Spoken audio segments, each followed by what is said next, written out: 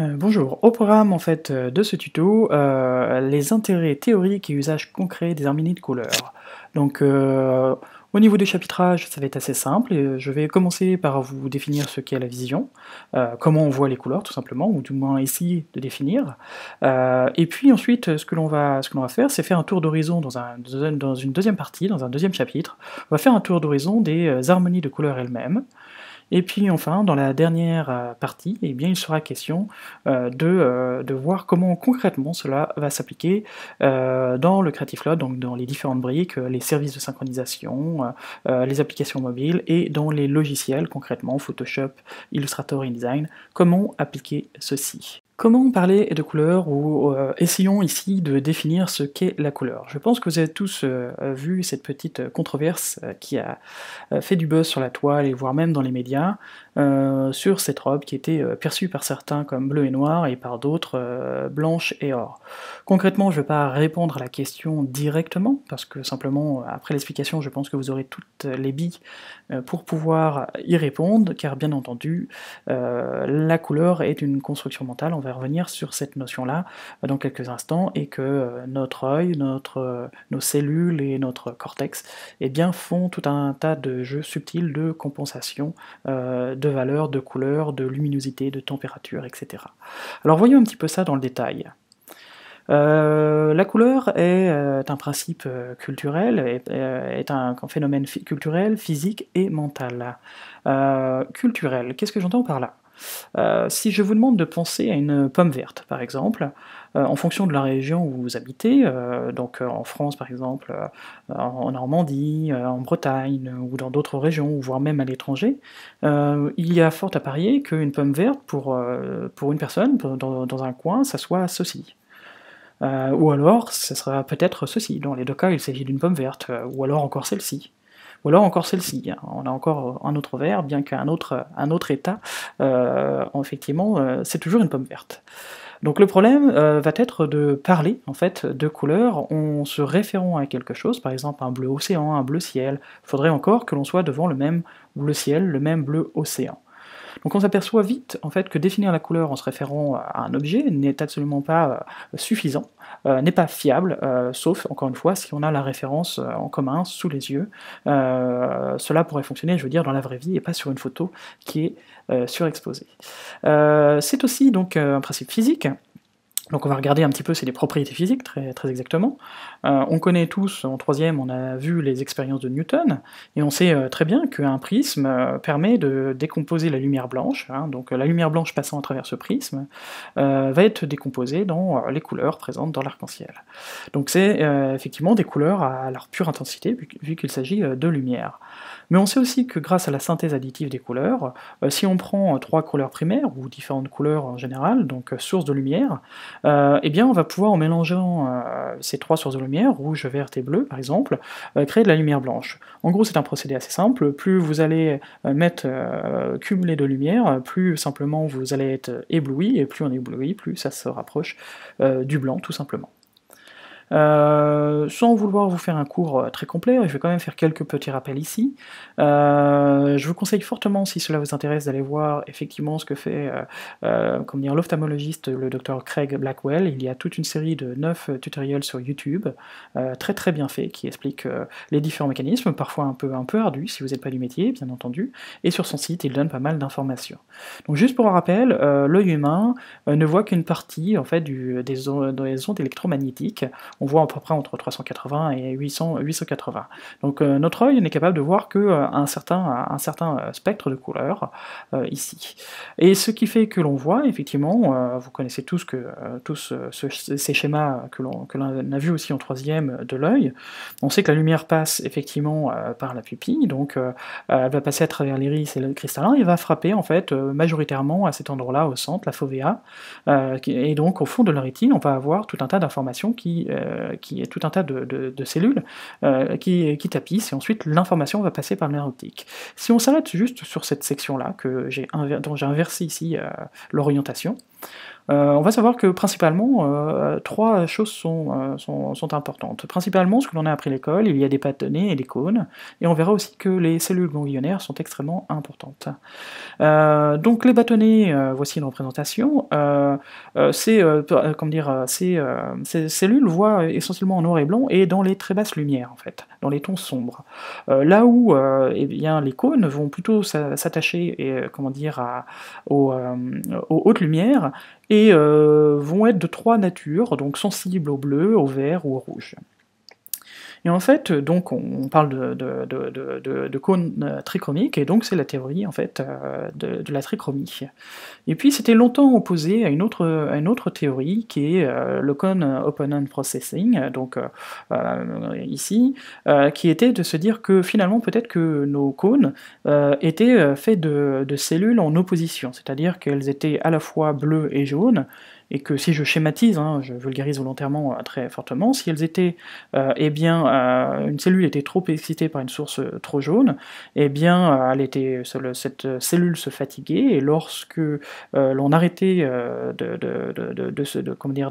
de projeter de la lumière jaune, et bien souvent on a un phénomène de persistance rétinienne qui va nous donner une couleur complémentaire. Je vous illustrerai ça dans quelques instants ici. Donc ça c'était deux théories qui s'opposaient, mais en fait on s'est aperçu relativement récemment que effectivement nos cônes sont bien sensibles à ces 3 couleurs, et très exactement pour être précis à des couleurs proches du bleu, du vert et du jaune, et pas forcément d'ailleurs les différents cônes ne sont pas forcément d'ailleurs en même proportion, mais qu'apparaît à un processing, un traitement complexe, eh bien ces signaux allaient être re-répartis en paires en fait, ici jaune-bleu, de cellules jaune-bleu et vert-rouge, ainsi que ton sombre, ton clair ici. Donc tout ceci va se faire au niveau de la cellule ganglionnaire, et cette information va être envoyée par le nerf optique. Donc il y a déjà un premier traitement, une première interprétation qui est faite au niveau cellulaire, au niveau ganglionnaire ici, et tout ceci va passer par le nerf optique, et dans notre cortex, il va y avoir encore tout un tas de compensations qui vont être faites, dont des compensations par rapport à la lumière ambiante, mais on va en parler dans quelques instants. Donc ici, la petite expérience dont je vous parlais, donc ce qui va suffire ici, donc c'est pour parler des images persistantes, des after-images. Vraiment focalisez votre attention sur ce point gris, et essayez de ne pas faire de mise au point, de regarder toujours au même niveau d'intensité ce point gris ici pendant quelques instants. Je dis bien au même niveau d'intensité, essayez pas de faire une mise au point, de regarder plus loin, de regarder plus près ou de regarder ailleurs. Fixez bien ce point, et uniquement ce point, et quoi qu'il arrive, continuez à fixer ce point ici. Donc continuez à fixer ce point, et théoriquement vous devriez voir les couleurs complémentaires apparaître de ces couleurs. Vous pourrez rembobiner pour voir ceci. Donc ça c'est ce qu'on appelle les images persistantes, et ça nous prouve bien en fait que la couleur finalement est une construction mentale. Donc une construction mentale, on va aller un petit peu plus loin par rapport à ça. Là, je suis moins dans maintenant la partie physique, mais juste une sorte de vulgarisation de ce que l'on appelle cette compensation. Notre cerveau va effectivement compenser des variations de luminosité, ce qu'on appelle aussi la température de couleur, en plus aussi. Donc des différents niveaux de luminosité en fonction de la journée, en fonction de l'éclairage nocturne plus ou moins fort, et des températures de couleur.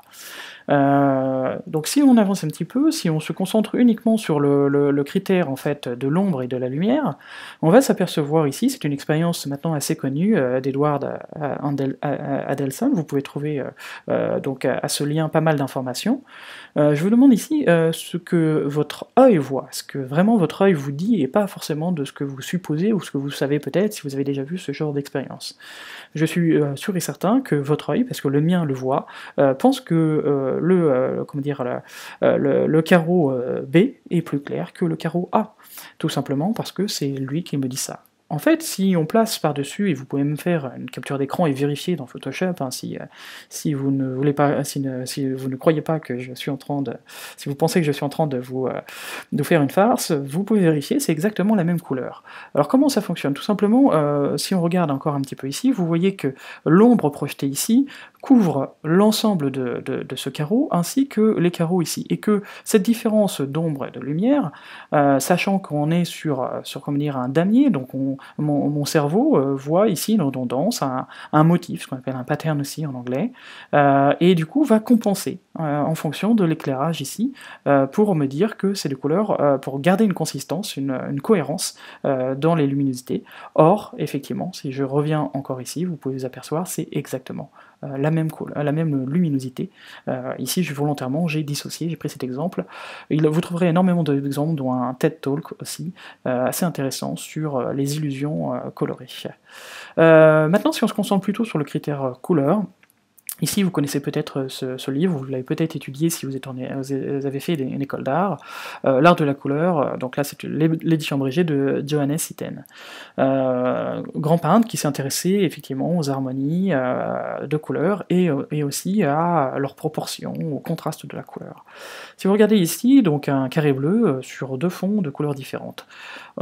Si vraiment on regarde, on recule un petit peu, on prend un peu de recul, on va avoir différentes impressions qui vont se mélanger, hein, vous pouvez en avoir d'autres, mais vraiment on va avoir l'impression que sur le fond vert, ce carré est légèrement plutôt en creux, comme une fenêtre ouverte vers un ciel, très légèrement, et que on va moins avoir l'impression de contraste, bien entendu, ici. Alors que sur la partie orangée, la partie droite, on va quand même avoir une petite impression que le bleu ressort, en fait, fait une sorte de pop-up par rapport à l'élément, et qu'il est peut-être pas forcément au même niveau de plan, en fait, de profondeur au niveau perspective. Pourtant, vous pouvez bien entendu le deviner, ici il s'agit effectivement du même carré de couleurs. Si je vais un petit peu plus loin juste pour donner des petits exemples, et juste pour faire un peu d'inception sur ce qui arrivera en deuxième partie, eh bien si vous regardez ici, on va avoir deux points en fait de couleurs opposées, donc bleu et orange, sur l'inversion en fait au niveau des fonds. On va avoir parfois différents éléments optiques, on va parfois avoir l'impression que le point bleu sur le fond orange est un petit peu plus petit que le point orange sur le fond bleu. On va avoir aussi une impression aussi d'éloignement, de rapprochement un peu différente ici sur les deux fonds. Donc l'échelle va être aussi importante sur la perception de la même couleur. Si c'est elle qui est dominante ou c'est elle qui est dominée, en fonction de la couleur ambiante, ça peut avoir un impact ici. Si on regarde ce même point sur un même fond orange, mais dans lequel on a rajouté du blanc, donc on a augmenté la clarté, ou on a diminué la clarté, eh bien on va s'apercevoir effectivement que ce point disparaît plus ou moins, apparaît, et donc l'impression colorée que l'on va avoir, par exemple sur la gauche, il nous paraît beaucoup plus terne, par exemple, qu'au milieu, et que sur la droite. Donc ça c'est juste aussi pour anticiper sur ce que l'on verra plus tard. En fait, alors désolé, j'ai oublié de faire une traduction en haut, en fait, ici, c'est ce que l'on appelle la constance chromatique. Donc en gros, je donne un exemple volontairement grossier, mais si on prend le cas d'un exemple que l'on a tous en commun en termes de couleur en tête, un extincteur, dont ce rouge est assez particulier, et bien même si je le vois à différentes périodes du jour ou de la nuit, et bien je vais continuer à le voir rouge. Si je simplifie encore à l'extrême, imaginons simplement que dans la nature, je sois en pleine nature et que j'ai appris à reconnaître une plante dangereuse par sa couleur, par exemple, ça peut être sa forme, mais imaginons déjà, prenons le cas de sa couleur. Il va être extrêmement important si la température de la couleur extérieure change, par exemple le matin, le soir, à midi, à différentes périodes de l'année, avec un ciel plus ou moins ombrageux, eh bien il va être assez important de pouvoir continuer, que notre cerveau puisse nous dire que c'est bien la même couleur et que l'on puisse identifier cet élément dangereux. Donc notre cerveau, pour des raisons pratiques, ici c'était deux illustrations un petit peu, une illustration un peu simplifiée volontairement, eh bien va s'assurer d'une constance chromatique et va faire des ajustements de température, de couleur. Si on prend, pour illustrer ce point, un artiste a travaillé sur la cathédrale de Rouen, vous connaissez certainement, et on sait tous, si vous habitez en France ou si vous regardez tuto.com depuis l'étranger, si vous avez déjà vu une cathédrale en France, généralement la pierre est plutôt de nature grise ou beige. Ou beige, comme ici dans la cathédrale de Rouen. Claude Monet, en fait, avait loué un appartement juste en face, en fait, de cette cathédrale, et a décidé de faire une étude de la couleur sur cette façade, et de la luminosité exactement, et des températures. Donc il a mis son chevalet au même endroit, et il a peint, en fait, cette fameuse cathédrale à différentes périodes de l'année, à différentes périodes du jour, avec différentes atmosphères autour. Et je fais volontairement un passage par un écran gris, et si je regarde ici, je m'aperçois que mon cerveau, même si là on est sur un séminaire, enfin un tuto sur la couleur, donc forcément vous commencez à regarder les couleurs, mais si vous faites un peu abstraction, vous regardez juste l'image, bah, vous voyez toujours, comment dire, une façade qui est grise-beige.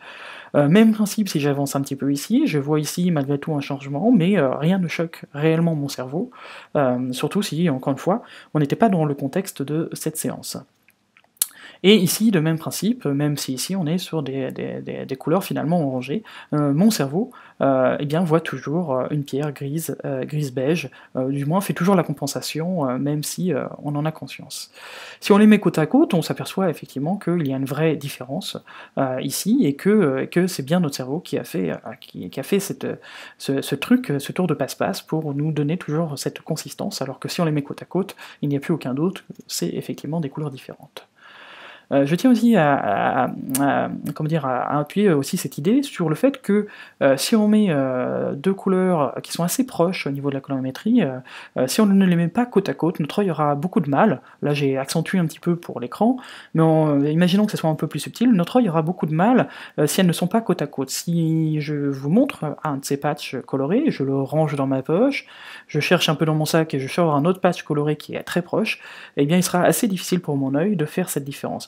Au même titre, si on fait un affichage successif, c'est pour ça que j'ai mis des écrans gris, vides, entre les cathédrales de monnaie, eh bien on verrait la transition apparaître et on verrait par contraste de succession eh bien cette supercherie. En fait, si on fait un petit résumé, effectivement, donc c'est des phénomènes culturels, physiques, et c'est une construction mentale, mais finalement, ce qui va vraiment être important dans la deuxième partie, quand on va parler d'harmonie de couleurs, c'est finalement l'ambiance. Quand on fait un design, c'est l'ambiance colorée qui va être intéressante. Finalement, les critères purement de mesure physique ou autres va être finalement peu important. Je ne dis pas, et je fais un petit aparté ici, je ne dis pas bien entendu que la gestion de la couleur ne doit pas être faite, au contraire, si vous travaillez sur de l'écran ou même si vous faites de l'impression, il faut à tout prix avoir une chaîne calibrée, mais ça ne veut pas dire, j'aime bien tordre aussi le coup à des idées reçues, ça ne veut pas dire que parce que vous avez calibré un écran, eh bien ça ne veut pas dire que cet écran verra des couleurs super justes, comme sur le deuxième, troisième écran, sachant que vos écrans ont des durées de vie différentes, ils ont peut-être pas les mêmes capacités, ils ont peut-être des déviances avec le temps, etc., etc., et que si l'on passe à l'impression, eh bien on va avoir beaucoup moins de luminosité, bien entendu, etc. Donc ça veut juste dire que vous allez ne pas être le maillon faible dans cette chaîne de couleurs, et que vous allez avoir pu régler au maximum de ses possibilités votre écran, pour qu'il restitue au mieux les couleurs, ainsi que votre imprimante, une fois que si vous utilisez un spectrophotomètre pour la calibrer, par rapport à un papier et une encre spécifique, ça vous permettra de faire des compensations et des ajustements, en fait des conversions, le plus optimum en fonction de la limite eh bien, des deux périphériques, votre périphérique de visualisation sur lequel vous travaillez, et celui de sortie. Sachez bien entendu, pour le rappel aussi, que dans Photoshop, vous pouvez activer l'épreuvage écran, donc si vous avez calibré votre écran, donc c'est commande Y, CTRL Y, et vous pouvez même spécifier un épreuvage personnalisé en pointant par exemple le profil SCC de votre imprimante, donc bien sûr associé à son papier et à son encre. Donc dans ce cas-là, vous limiterez, on va dire, 90% des erreurs possibles. Maintenant, vous ne maîtrisez peut-être pas toute la chaîne, par exemple si vous envoyez des photos sur un service en ligne, peut-être qu'ils supprimeront les profils, peut-être qu'ils feront des traitements à eux. Bien entendu, il y aura toujours des petites variantes, mais ce ne sera pas vous qui serez en cause si vous travaillez correctement dans des bonnes conditions. Voilà, c'était une petite aparté, c'était juste pour des rappels et des simplifications, bien entendu. Ici, donc la première chose, bien entendu, c'est d'acheter un colorimètre. Vous ne pouvez plus réellement faire d'erreurs sur les colorimètres, maintenant on a une maturité du marché qui est assez correcte, et n'oublions pas non plus que les solutions de calibration, les petits logiciels qui pilotent ce colorimètre, cette sonde de calibration, maintenant sont de plus en plus simples, et on va faire ça tous les 15 jours, toutes les 3 semaines, voire tous les mois si vous n'êtes pas un peu moins pointilleux. Et c'est assez rapide à faire, vous n'avez même pas le temps de prendre un café, c'est déjà fait. Voilà, c'est un petit processus assez simple à faire maintenant, il n'y a plus de raison de s'en passer. Si vous travaillez sur écran, c'est votre outil principal de visionnage de la couleur, de visualisation. Maintenant, si on parle toujours de cette atmosphère, il y a de fortes chances que si je vous parle du film Blade Runner, vous viennent en tête différentes atmosphères colorées, ce qu'on appelle le color grading aussi, ou l'ambiance. Par exemple, souvent, bien, si je pose cette question quand j'ai du public en face, souvent on va me parler d'ocre, de brun, de couleurs sales, et en opposition aussi des bleus, quand on est dans l'univers plus high-tech et génétique. Et puis si on pense au film Bienvenue à Kataka, ça sera plutôt des blancs, des bleus, des couleurs très aseptisées, très froides, très médicales. Et là, si je vous demande s'il y avait une couleur à retenir du film Matrix, quelle est cette couleur, il y a fort à parier que vous me diriez que c'est du vert. Et puis, vous auriez tout à fait raison, tout simplement, parce que lorsque l'on regarde à l'intérieur de la matrice, eh bien, c'est ces fameuses images ici bien connues de chiffres et de lettres qui défilent en vert, qui nous montrent, le back-end de la matrice, et que dans le film lui-même, du moment où on est dans la matrice, on a cette teinte verte, plus ou moins prononcée en fonction de la scène, avec lequel le réalisateur va jouer pour nous indiquer que on est dans la matrice. Maintenant, bien entendu, si vous cherchez un petit peu sur internet des articles sur Teal, T-E-A-L, and Orange, dans le cinéma, movie, vous trouverez tout un tas d'exemples où parfois des blockbusters, des hits américains usent et abusent de ce procédé. Ce qui n'est pas le cas de Matrix, ici on veut volontairement rentrer dans un univers irréel, donc là c'est fait exprès, et on peut s'en apercevoir tout simplement parce que le film n'est pas traité dans son ensemble de cette manière-là. Ce qui nous reste, l'ambiance, l'atmosphère qui nous reste, c'est des verts, mais on s'aperçoit que lorsqu'on est dans des scènes oniriques, par exemple ici, comme des scènes où on sait, où les protagonistes savent exactement qu'ils sont dans un univers d'entraînement, on va avoir des couleurs différentes, et voire même quand on est dans la réalité crue de la réalité, eh bien on va avoir des scènes qui vont être beaucoup plus bleutées, beaucoup plus froides, beaucoup moins sécurisantes ici.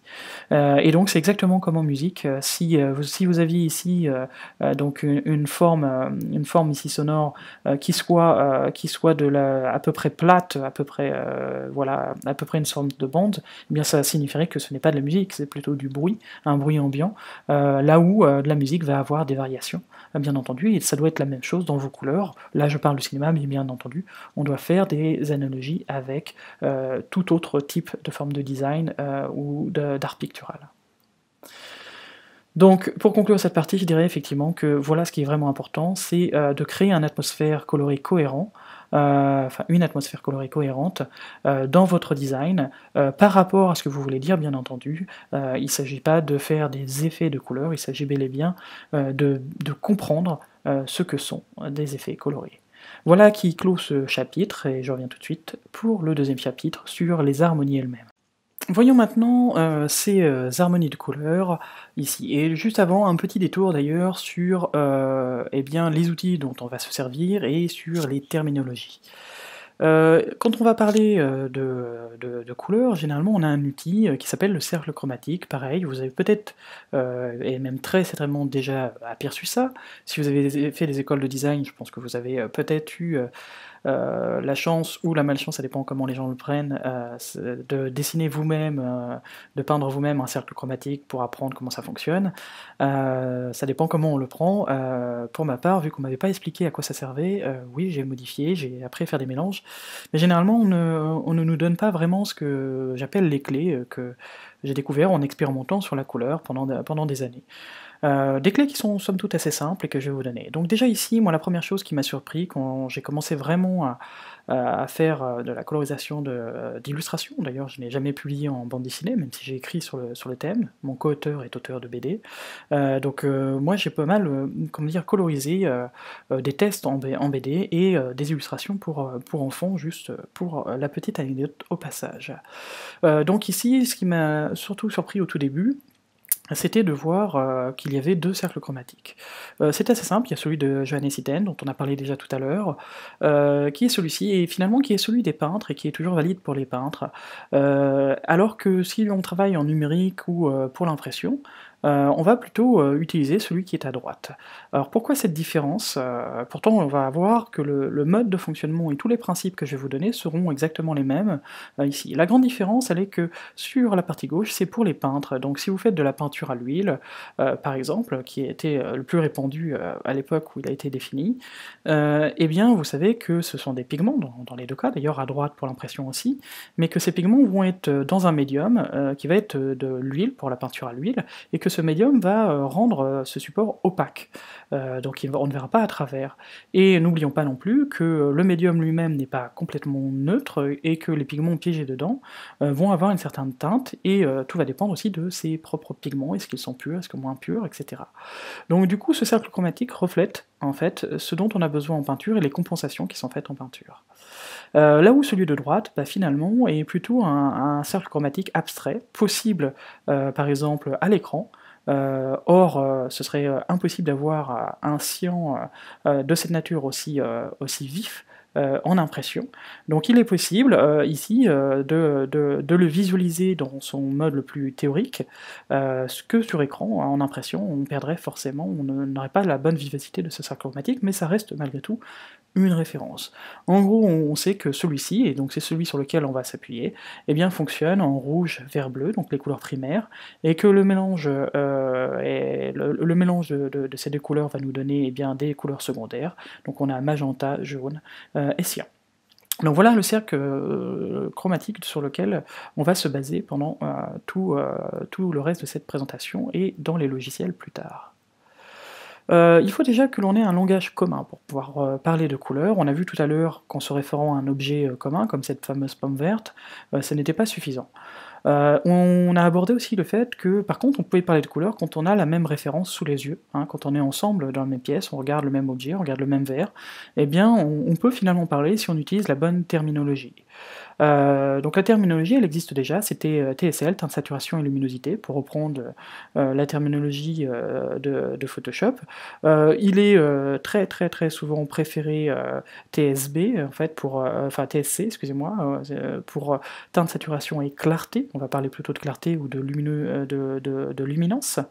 Mais on utilisera clarté certainement dans le reste. Mais si vous cherchez dans Photoshop, ça sera certainement plutôt la luminosité que vous trouverez dans les menus. Voici ici une petite illustration que j'ai faite en 3D dans Photoshop de ses propriétés, mais on va rentrer dans les détails de chacune de ces propriétés. Juste ici, pour remettre un petit peu dans l'ordre, ici vous allez avoir à la périphérie sur ce cercle toutes les teintes.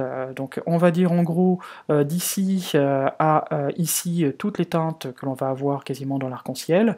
Je passerai rapidement sur le magenta qui est une construction mentale et qui est un mélange entre les deux couleurs qui sont à l'opposé en fait du spectre, mais qui n'existe pas par exemple dans l'arc-en-ciel, comme on le verra tout à l'heure.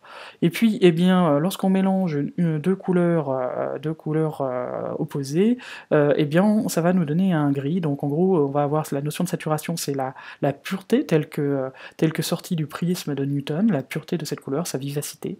Et lorsque l'on va venir la désaturer, ça veut dire qu'on va aller vers le gris.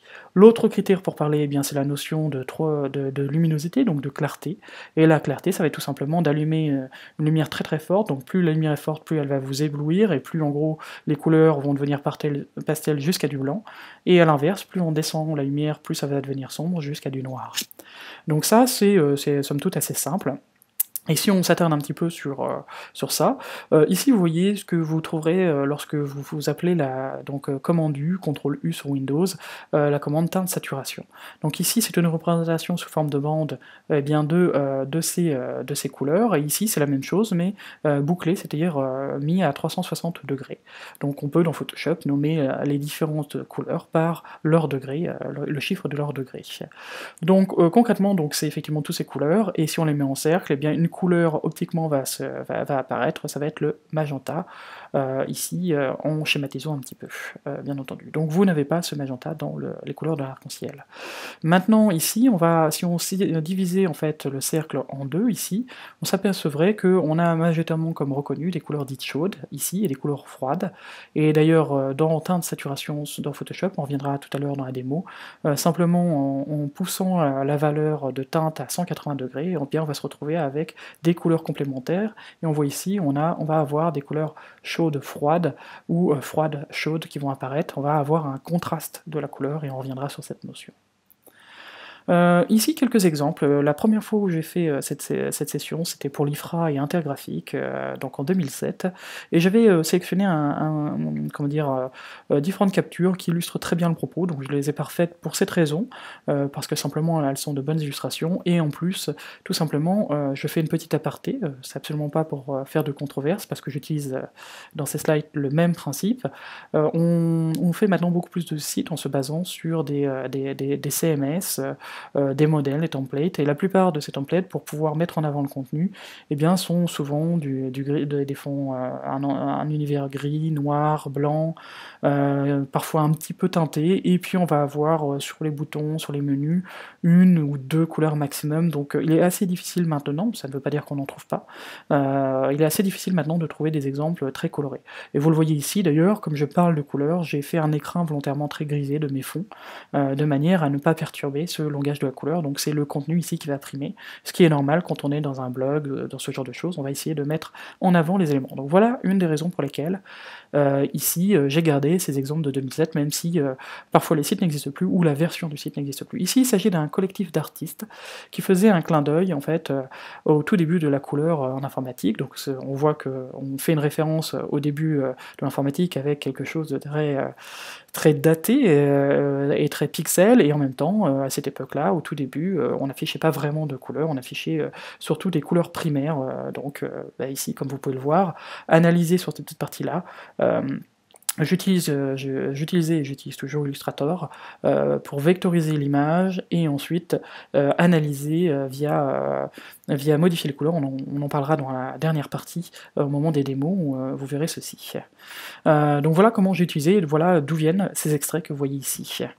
Je vais vous montrer d'autres exemples, je vais essayer de varier les exemples, il y aura beaucoup de sites, mais il y aura aussi de la peinture, et ici par exemple, une artiste que j'ai découvert il y a plusieurs semaines, qui s'appelle Liz West, donc j'adore le travail, vous pourrez aller voir ici sur son Behance, donc c'est assez magnifique, donc j'aimerais bien me balader dans cette pièce où effectivement, même si on sait que la lumière blanche contient toutes les couleurs, pouvoir être vraiment dans cet univers de pure lumière doit être assez magnifique, je pense.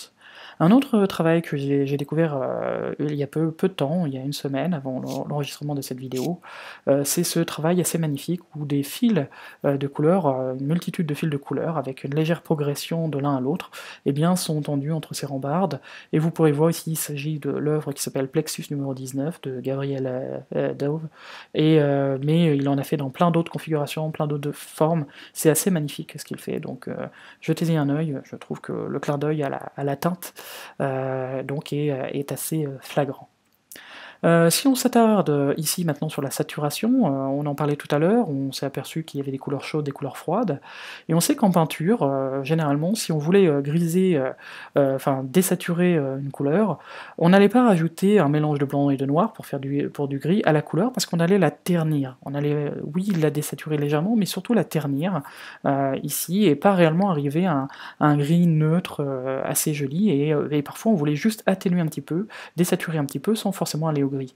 Donc pour pouvoir faire ça en peinture, vous mélangez tout simplement avec sa couleur complémentaire. Et en mélangeant avec ceci, si on fait un mélange, alors c'est pas exactement 50%, mais disons de manière théorique à 50%, vous aurez un gris neutre qui apparaîtra à son milieu. En numérique, où on est encore une fois sur quelque chose comment dire, d'absolu, un univers abstrait absolu, idéal, eh bien ça va être tout à fait possible. D'ailleurs, ce que vous voyez ici, de là à ici, il s'agit d'une même forme Illustrator, hein, même si elle est plus fine au centre, pareil pour ceci, et j'ai mis un simple dégradé, prenez un rectangle dans Illustrator, dans InDesign ou autre, prenez un rectangle et faites simplement un dégradé linéaire de 2 points, de ce bleu à ce jaune ou de ce rouge à ce cyan par exemple, et vous verrez qu'il va se créer au plein milieu un gris ici. Donc il s'agit effectivement d'une propriété physique ici, mais on s'en sert de manière créative pour désaturer sans ternir la couleur. Ici pareil, ce que vous voyez ici, c'est un cercle chromatique fait dans Illustrator, donc ici sous forme de triangle, que vous voyez ici, mes triangles qui viennent se reproduire à l'inverse ici, et où j'ai utilisé en 4 points ici, les 4 points d'extrémité, et bien les filets de dégradé pour mettre des couleurs différentes, et j'obtiens ce mélange optique. Donc ça c'était la petite astuce, peut-être que je vous ferai un tuto plus tard, si jamais vous le demandez dans les commentaires, pour vous montrer très exactement comment c'est fait, et juste pour, voilà, pour s'amuser un petit peu. Voilà par exemple, encore une fois, alors ce que je vous montre ici, teinte, saturation, luminosité, ne sont pas à proprement parler des règles d'harmonie de couleur, mais bien entendu, ces règles ont été créées par des peintres pour leurs besoins, en s'apercevant que des schémas récurrents arrivaient et faisaient que des règles d'harmonie sont surgies de l'expérimentation. Puis aussi, n'oublions pas que la plupart des peintres, des artistes ont toujours été inspirés aussi par les découvertes de la science, ont toujours aussi travaillé avec, je pense bien sûr à De Vinci, mais à bien d'autres depuis, ont toujours été intéressés par les deux. Donc c'est bel et bien un outil qui a été développé par et pour des peintres, et effectivement, on peut faire de n'importe quoi finalement une règle, ça devient son propre dogme. Donc ici, c'est ce que j'ai un peu fait en vous illustrant, en fait, ces trois propriétés. Ici, en 2007, le site la version française du site Apple utilisait effectivement essentiellement un bleu, que vous pouvez voir ici, un bleu avec différents niveaux de désaturation, ici, et mais j'anticipe sur celle d'après, bien entendu aussi de luminosité, vu que vous voyez des blancs et des noirs ici, du blanc et du noir, mais ici on va vraiment parler de désaturation principalement dans les règles ici de ce site, comme vous pouvez le voir sur ces bandeaux. Les images, bien entendu, ont été enlevées de l'analyse parce que les images sont ponctuelles et vont changer. Là, je parle bel et bien de la charte graphique du site. La luminosité, eh bien, je vous le disais tout à l'heure, c'est le fait de noircir, de rendre plus sombre une couleur, donc en baissant simplement dans la vraie vie, vous éteignez la lumière, hein, vous la baissez tout progressivement, ou vous augmentez cette lumière, elle devient de plus en plus vive, éblouissante et donc blanche.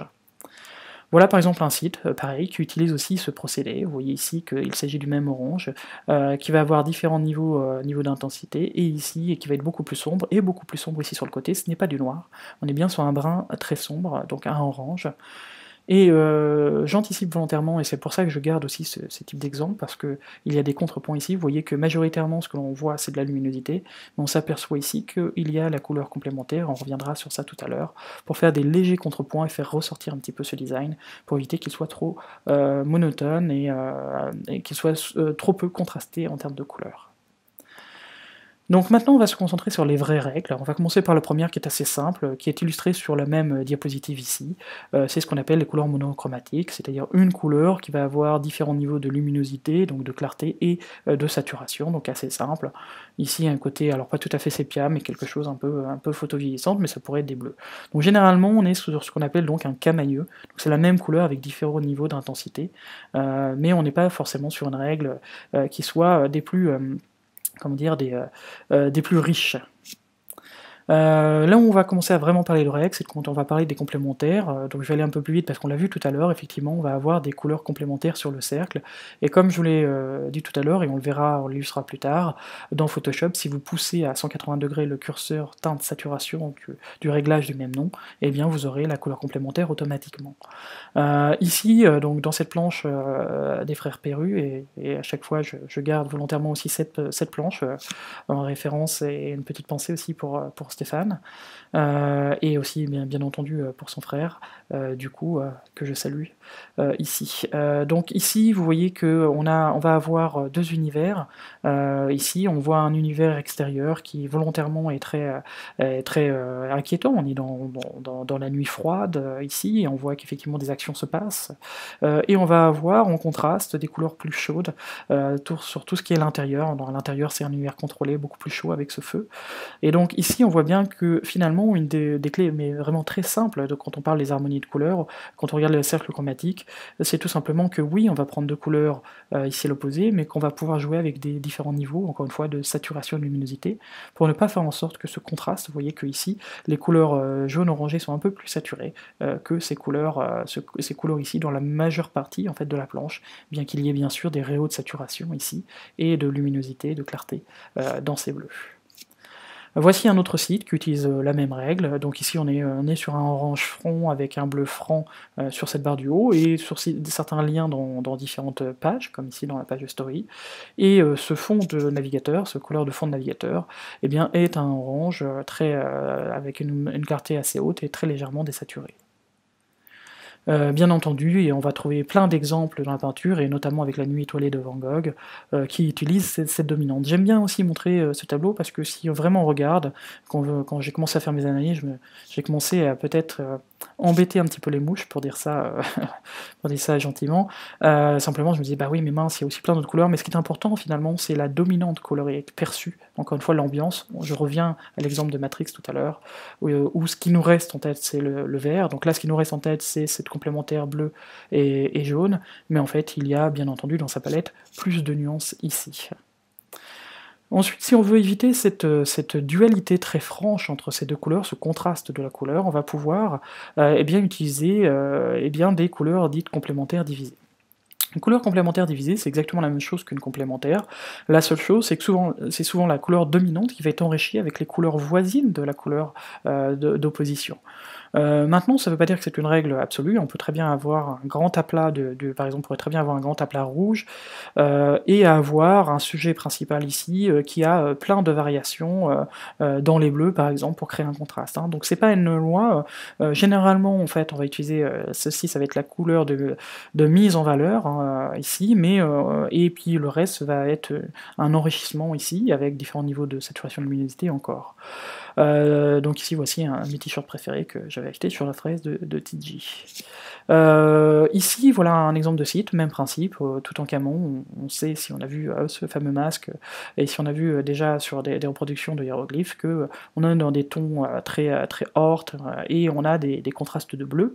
Donc ici, c'est cette règle qui a été prise sur ce site, qui est une référence, et on s'aperçoit qu'effectivement, on est sur ici des couleurs voisines, des couleurs dites analogues, on reviendra sur ça tout à l'heure, majoritairement dans le site, avec encore une fois des saturations de luminosité différentes, et qu'on va avoir une couleur de contrepoint, principalement, même s'il y a des petits écarts, sur des bleus ici sur les boutons, avec des bleus plus clairs, plus saturés, et ici des bleus aussi dans les hiéroglyphes, pour pouvoir donner un peu plus de contraste sur cette couleur, et en même temps avoir une palette beaucoup plus large, et donc moins bidirectionnelle.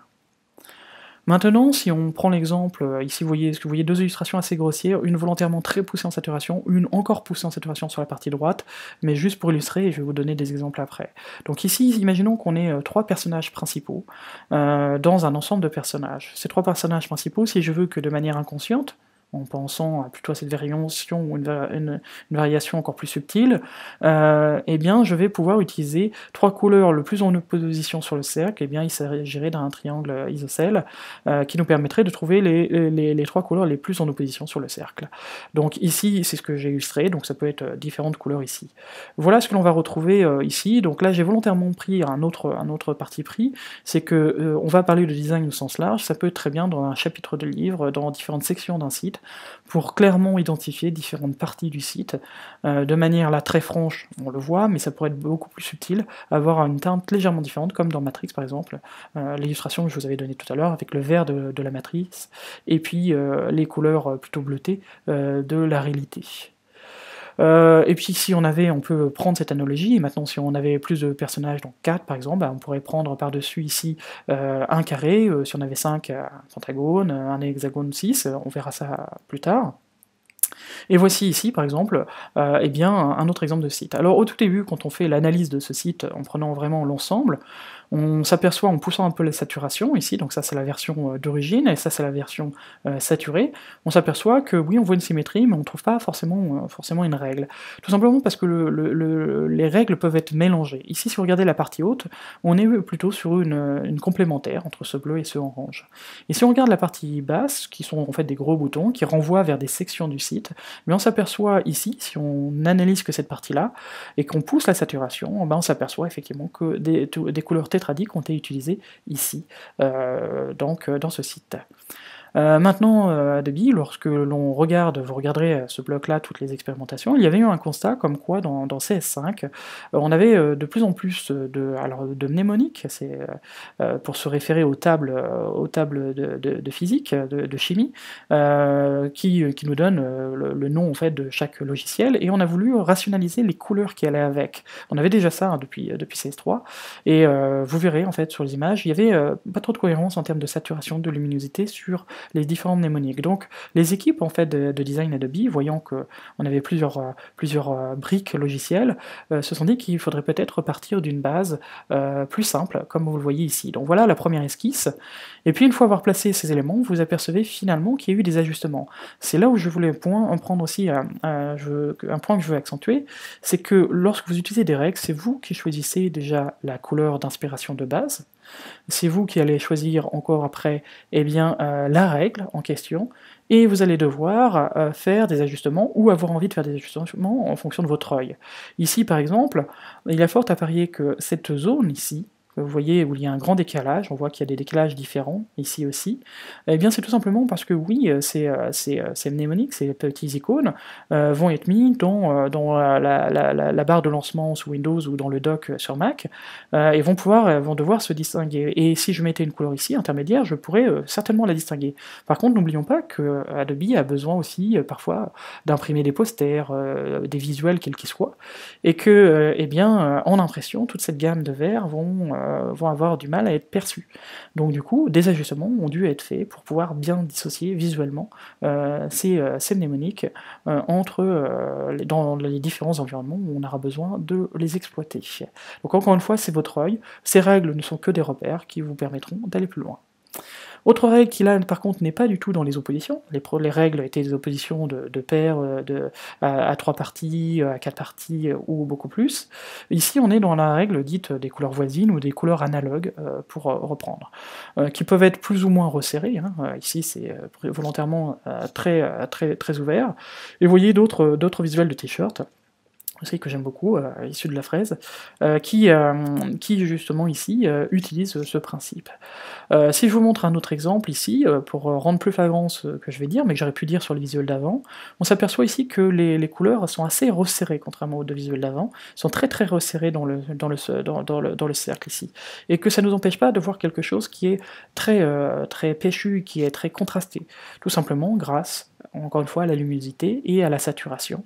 On a un contraste assez fort finalement dans ces couleurs, via des dégradés ici sur le fond, et via un contraste blanc-noir de la typo et sur le cintre. Ici. Et puis, bien entendu, si vous vous intéressez à la couleur, aux notions de forme, aux délimitations des formes, eh bien, vous connaissez certainement le travail de Mark Rothko, et si vous ne le connaissez pas, je vous invite à aller voir, et bien entendu, il a beaucoup étudié les règles d'harmonie de couleurs pour créer effectivement des expériences immersives. J'aime bien aussi rappeler que sur tout tout ce genre de travail abstrait a besoin d'être vu face à face, et que par exemple un monochrome de Klein, un bleu de Klein, quand on est face à cette immense toile, on a un sentiment, on a une réaction physique de perte de repères qui n'est pas la même chose que de le voir sur un livre. Donc je vous incite à aller voir des Rothko en vrai, et même du Klein. Après on n'aime pas, on accroche pas, c'est autre chose. Mais je vous incite à faire des expérimentations par vous-même, quand on parle de couleurs, de les voir réellement, en vrai, avec leurs vraies proportions. C'est beaucoup plus intéressant. Et puis là, pour finir, on sort un petit peu de ces règles, c'est juste pour revenir sur des notions de base. On s'aperçoit que dans la case du bas, encore une fois des frères Perru, et la version originale publiée dans Shaman dans le tome 2, et j'ai volontairement converti en niveau de gris, hein, simplement en demandant niveau de gris dans Photoshop, volontairement le plus basique possible, j'ai converti cette image. On s'aperçoit que l'ambiance est déjà là, bien entendu, et donc l'ambiance est ici, la seule chose c'est que l'atmosphère va être vraiment appuyée par la couleur, et va rendre beaucoup plus évident, beaucoup plus instantané et percutant et intuitif, en fait, plus immédiat, voilà c'est le mot que je cherchais, et bien les univers, encore une fois, légèrement froid en fait du décor extérieur, et beaucoup plus chaud du feu rassurant, qui éloigne les bêtes aussi, et qui permet effectivement de manger quelque chose de chaud et de se réchauffer. Donc ça c'était juste pour voilà, revenir, bien entendu, ici je parlais des couleurs, donc je n'ai pas traité la notion de noir et blanc, hein, on a bien entendu des ambiances dans les photos noir et blanc par exemple, mais généralement, pareil pour des raisons culturelles, Le noir et blanc comment dire, va nous projeter souvent dans un lointain ou dans un univers justement où c'est à nous de projeter nos propres couleurs. Dans un univers un peu lointain, tout simplement, ça c'est plutôt culturel parce que les films en noir et blanc, à une époque, les pellicules photos et les films noir et blanc, eh bien, datent vraiment une époque, et que maintenant c'est un choix esthétique généralement de filmer ou de prendre une photo en noir et blanc, donc c'est un choix. Mais que si on veut vraiment se passer, comme si on pense à The Artist, rapidement le fait de prendre du noir et blanc renvoie à l'époque dont était issu le film, et en plus ça a bien entendu un lien avec l'histoire ici. Donc la couleur va simplement généralement appuyer, va rendre parfois plus contemporain, et encore une fois on verra, on voit aussi qu'avec le color grading, on a la possibilité de venir donner des ambiances différentes. J'aime bien citer un exemple qui est volontairement grossier et exagéré. Il faut comparer deux choses. Vous avez les lumières diurnes, donc les lumières de la journée, lumières naturelles, et les lumières nocturnes, qui par définition sont non naturelles. C'est la flamme d'une bougie, c'est des éclairages, néon, tungstène, ça peut être des LED. Donc généralement un éclairage de jour, lorsque vous essayez de faire de l'hyperréalisme en couleur, eh bien ça a intérêt d'être juste parce que même si les gens ne seront pas maîtres des mots sur la couleur, on a tous cette expérience de la couleur, de la réalité, qui fait que si quelque chose n'est pas juste, tout de suite ça va être rejeté, consciemment ou inconsciemment. Là où il y a un univers de nuit, on sait tous que c'est un éclairage artificiel, donc ça va être quand même plus facile, ça veut pas dire que c'est facile, mais ça va être plus facile de mettre une ambiance et de projeter une ambiance.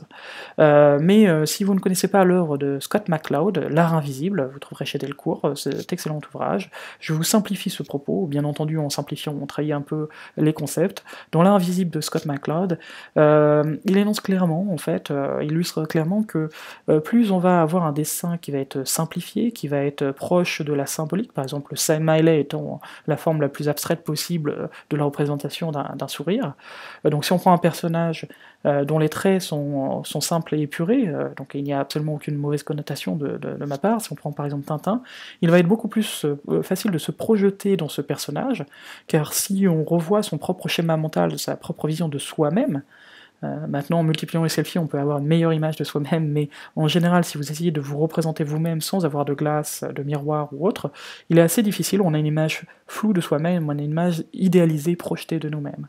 Donc du moment où on arrive à un personnage dont les traits sont très très très personnifiés, et ben par définition, ça vous éloigne, ce n'est plus vous, c'est quelqu'un, c'est un personnage, ce n'est plus vous, alors qu'un personnage, la Tintin ou un smiley, vous pouvez vous projeter beaucoup plus facilement dedans. Donc on dira que sur une lumière diurne, donc une lumière d'éclairage de jour, on va avoir le même principe, le même schéma qui va s'opérer. Si vous regardez en fait le color grading, les ambiances couleurs, les traitements couleurs qui sont faits sur les films américains en général, les premiers, mais aussi maintenant de plus en plus à l'international ou dans les séries, eh bien on va avoir vraiment une ambiance qui nous laisse, qui est cohérente, qui est crédible, mais qui n'est pas réelle en fait. Et du coup on va plus facilement se projeter, au même principe que dans un smiley, là où eh bien, dans la lumière, je prends volontairement ce contraste visuel, là dans la lumière d'une série d'Eric par exemple, la lumière est tellement crue que c'est ma réalité et qu'il est difficile de rêver dans la réalité.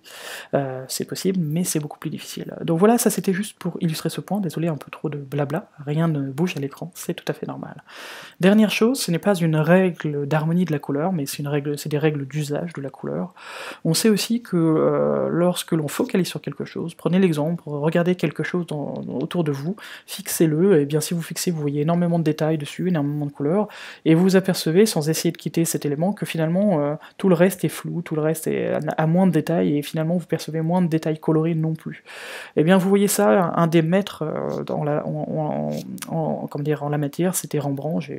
Je suis un grand fan et j'ai eu l'occasion d'en observer en vrai, comme d'ailleurs Georges de Latour aussi. On s'aperçoit, d'ailleurs, juste pour une petite aparté encore, Rembrandt va avoir le même procédé que je vais vous expliquer aussi bien dans sa peinture que dans ses dessins. C'est-à-dire que lorsque on va être sur le sujet principal, sur lequel il va attirer votre œil, vous allez avoir beaucoup plus de détails, ici, qui va être, par exemple ici sur ce sujet principal, beaucoup plus de détails au niveau du dessin, au niveau de la couleur, et que lorsque l'on est point dans le point de focalisation, on va avoir moins de détails sur les premiers plans ici, ainsi que dans les arrière-plans, et donc moins de couleurs aussi. Donc plus on va loin du point de focalisation, moins on va avoir de détails, moins on va avoir de variations de couleurs. On sait aussi aussi que dans un décor, eh bien l'atmosphère n'est pas neutre et que l'atmosphère, la couleur de l'atmosphère, plus on va s'éloigner dans le lointain, plus cette couleur de l'atmosphère va teinter les objets et donc va réduire le nombre de couleurs et aussi de détails à cause de leur éloignement. Donc ça, c'est des règles aussi que l'on a d'application de la couleur, mais sachez aussi que toutes ces règles dont on parle, encore une fois, il faut les interpréter. Ici, mon co-auteur, Knights, dans cette BD qui s'appelle Grandmaster, dont le scénariste est Didier Bédard, d'ailleurs, justement, ces illustrations sont en couleur directe, hein, dont ce dont je vais vous parler, même en numérique, peut s'appliquer. Vous voyez qu'ici, donc, par rapport à ces deux règles qui viennent d'être énoncées, ce personnage devrait avoir moins de couleurs, peut-être être plus dans la pénombre, et moins de détails. Mais là, pour le besoin d'une narration, pour amplifier son éloignement de l'empereur et son mécontentement, eh bien on voit qu'il a volontairement, Knights a volontairement appuyé les couleurs et les détails pour que l'on reconnaisse l'empereur au fond, et que ça appuie ici les éléments. Voilà pour ce chapitre. Il va être question maintenant de parler en fait eh bien, des outils pour les utiliser donc, dans le prochain chapitre. Dernière partie ici, donc sur l'application concrète de tout ceci dans les logiciels Adobe, alors que ce soit sur les applications mobiles, sur les sites web, et donc dans les outils, ici principalement je vais m'occuper de InDesign, Photoshop et Illustrator. Donc je vais d'abord commencer par le site web d'Adobe, juste pour vous faire quelques petits rappels. La plupart des fonctionnalités ici sur les harmonies de couleurs vont être liées à la synchronisation et vont être liées donc au Creative Cloud. Donc juste pour le petit rappel, si vous allez sur le site adobe maintenant, .com/fr, donc la version française, si vous êtes authentifié, vous avez votre espace à vous qui va vous permettre de gérer votre compte, et vous allez avoir différentes choses, l'accès au logiciel, l'accès aux extensions, aux modules, aux templates, les mobiles, le partage de fichiers, par exemple, le partage de photos, les polices, et nous ce qui va nous intéresser plus particulièrement, eh bien c'est les couleurs et un petit peu les bibliothèques. Donc si je viens dans couleurs, si je clique dans couleurs, ça va ouvrir cet espace, mon espace couleurs. Donc couleur qui s'appelait couleur avec un KU, c'était un clin d'œil, donc ce service est apparu à l'époque, à la période de CS3, il a évolué depuis, vous allez voir ça dans quelques instants, et maintenant, récemment, il a été renommé Color CC. Voilà, et couleur tout simplement parce que c'est comme ça que les Anglais, les Américains prononcent le mot couleur français, c'était un clin d'œil à la France. Donc voilà, juste pour la petite référence. Donc ici, vous allez avoir, sur ce portail, une fois que vous êtes enregistré, vous allez avoir 3 onglets. On va commencer par créer ici. Donc vous allez retrouver ici donc, une couleur principale, vous allez pouvoir gérer vos harmonies, vous allez pouvoir gérer, par exemple ici, je suis sur des couleurs semblables, donc c'est ce qu'on a vu tout à l'heure sous le nom d'analogue. Vous allez pouvoir donc vous amuser ici, donc gérer, via votre couleur principale, tourner l'ensemble des couleurs, venir les blanchir, etc. Vous pouvez aussi aller un petit peu plus bas, vous pouvez déterminer cette couleur comme étant la couleur de base, ou celle-ci. Voilà, vous pouvez un petit peu vous amuser ici par rapport à cette règle, et vous pouvez aussi rentrer des valeurs hexadécimales, teinte, saturation, luminosité, lab, RVB, CMGN. Donc vous avez toute cette possibilité ici. Et puis encore une fois, vous pouvez changer. Ici, par exemple, en personnalisé, je vais prendre les couleurs et je vais les mettre exactement où bon me semble. Donc ici, ce qui va m'intéresser, c'est de vous montrer que depuis longtemps, on a la possibilité de venir aussi faire des règles d'harmonie en se basant sur des photos. Alors si je regarde ici les photos, je vais pouvoir charger une photo ici. Par exemple, voilà, cette photo-là. Voilà. Et automatiquement, elle va être chargée dans l'interface, et de manière automatique, en fonction de règles d'atmosphère des couleurs, colorées, lumineux, couleurs plus sourdes, un petit peu plus désaturées, plus profondes, plus sombres, plus personnalisées. La personnalisée, c'est à vous de choisir. Il va vous être proposé en fait une gamme de couleurs. Donc vous pouvez très bien venir changer cette gamme, venir travailler ici et venir voilà, aller chercher vraiment des couleurs qui vous inspirent ici, peut-être plutôt ici dans les verts de l'eau par exemple, voilà. Et vous avez la possibilité, bien entendu ici, de revenir à l'arochromatique pour continuer ce travail, ou tout simplement venir ici mémoriser ceci, et je vais l'appeler Toto, car tous ceux qui m'ont déjà écouté savent que quand je sais pas quoi mettre, je mets toujours Toto. Donc j'enregistre ici, j'ai ma couleur Toto. Cette couleur, eh bien, par définition, vous voyez ici, vous pouvez mettre un petit commentaire de ce qui vous a inspiré. Par définition, elle est dans votre espace privé, mais vous pouvez la rendre publique.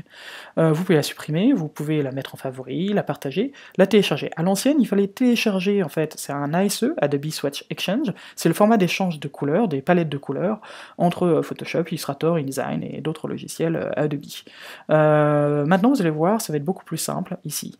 Pour finir le tour, vous avez aussi explorer, où là, toute personne qui, comme moi, vous voyez par exemple ici, voilà des couleurs totaux, n'ont pas mis en fait, ont laissé en public, vont vous donner accès à tout un tas de couleurs. Par exemple ici, si je cherche Sky, pour le ciel, vous voyez que je vais avoir la possibilité d'aller chercher dans la communauté, tout ce qui se réfère ou tout ce qui a été déclaré comme Sky, et que je peux mettre ça par exemple en favori, Night Sky, voilà, par exemple, imaginons cette palette-là, ou une autre palette. Ça me permettra de les réutiliser, donc même principe, je pouvais les télécharger à l'époque. Et puis ici, dans mes thèmes, eh bien, vous allez voir bien tous ceux que vous avez créés en public, en privé, donc là voilà Toto qui est en public, et puis aussi tous vos favoris. Donc voilà un petit peu pour le tour d'horizon. Pourquoi je vous montre ça? Parce que ce que je vais vous montrer maintenant va se passer sur mobile, et n'est disponible à l'heure actuelle que pour iOS, donc iPhone, iPad, mais on a déjà annoncé dans ce qu'on appelle des Q&A, donc des questions-réponses, qu'on travaillait sur une version Android. Donc en attendant, si vous êtes sur une autre plateforme que iOS, eh bien voici un contournement pour pouvoir faire ce que je vais vous montrer dans un instant. D'ailleurs, étant enfermé dans une salle, pour pouvoir vous montrer ça, je vais aller chercher dans mes photos, ici, donc dans mes fichiers Lightroom, dans mes bibliothèques partagées, donc mes collections partagées, je vais aller chercher des photos, par exemple de Takayama au Japon, et voilà, je vais prétendre que je suis à l'extérieur, ici, dans ce décor, ici, et je vais, voilà, donc je prétends que je suis ici. Et je vais basculer donc là maintenant donc sur mon téléphone. Sur mon téléphone, vous voyez ici donc différentes applications, dont Lightroom Mobile. Ces mêmes collections sont visibles du moment où elles sont partagées, sont visibles dans Lightroom Web, comme vous le voyez ici, et dans Lightroom Mobile aussi au passage. Et on va avoir sur la partie haute 3 applications dites de capture. Adobe Color pour créer des gammes de couleurs, comme on l'a vu tout à l'heure dans le navigateur. Adobe Brush pour créer des brosses pour Photoshop, pour Illustrator, pour Photoshop Mix, une application sur iPad, et pour créer des formes vectorielles à partir de croquis sur un bout de papier ou de formes dans son décor. Donc ici, nous, on va se concentrer sur Adobe Color CC. Donc Adobe Color CC, voilà, vous voyez ici, donc voilà, je peux me trimballer dans un décor. Alors au passage, juste avant, ici, juste pour vous montrer, si je viens arrêter ici cette collection, au passage, vous voyez ici qu'on va avoir ce que l'on appelle des bibliothèques. Je reviendrai tout à l'heure sur cette notion, une fois avoir fini le partage.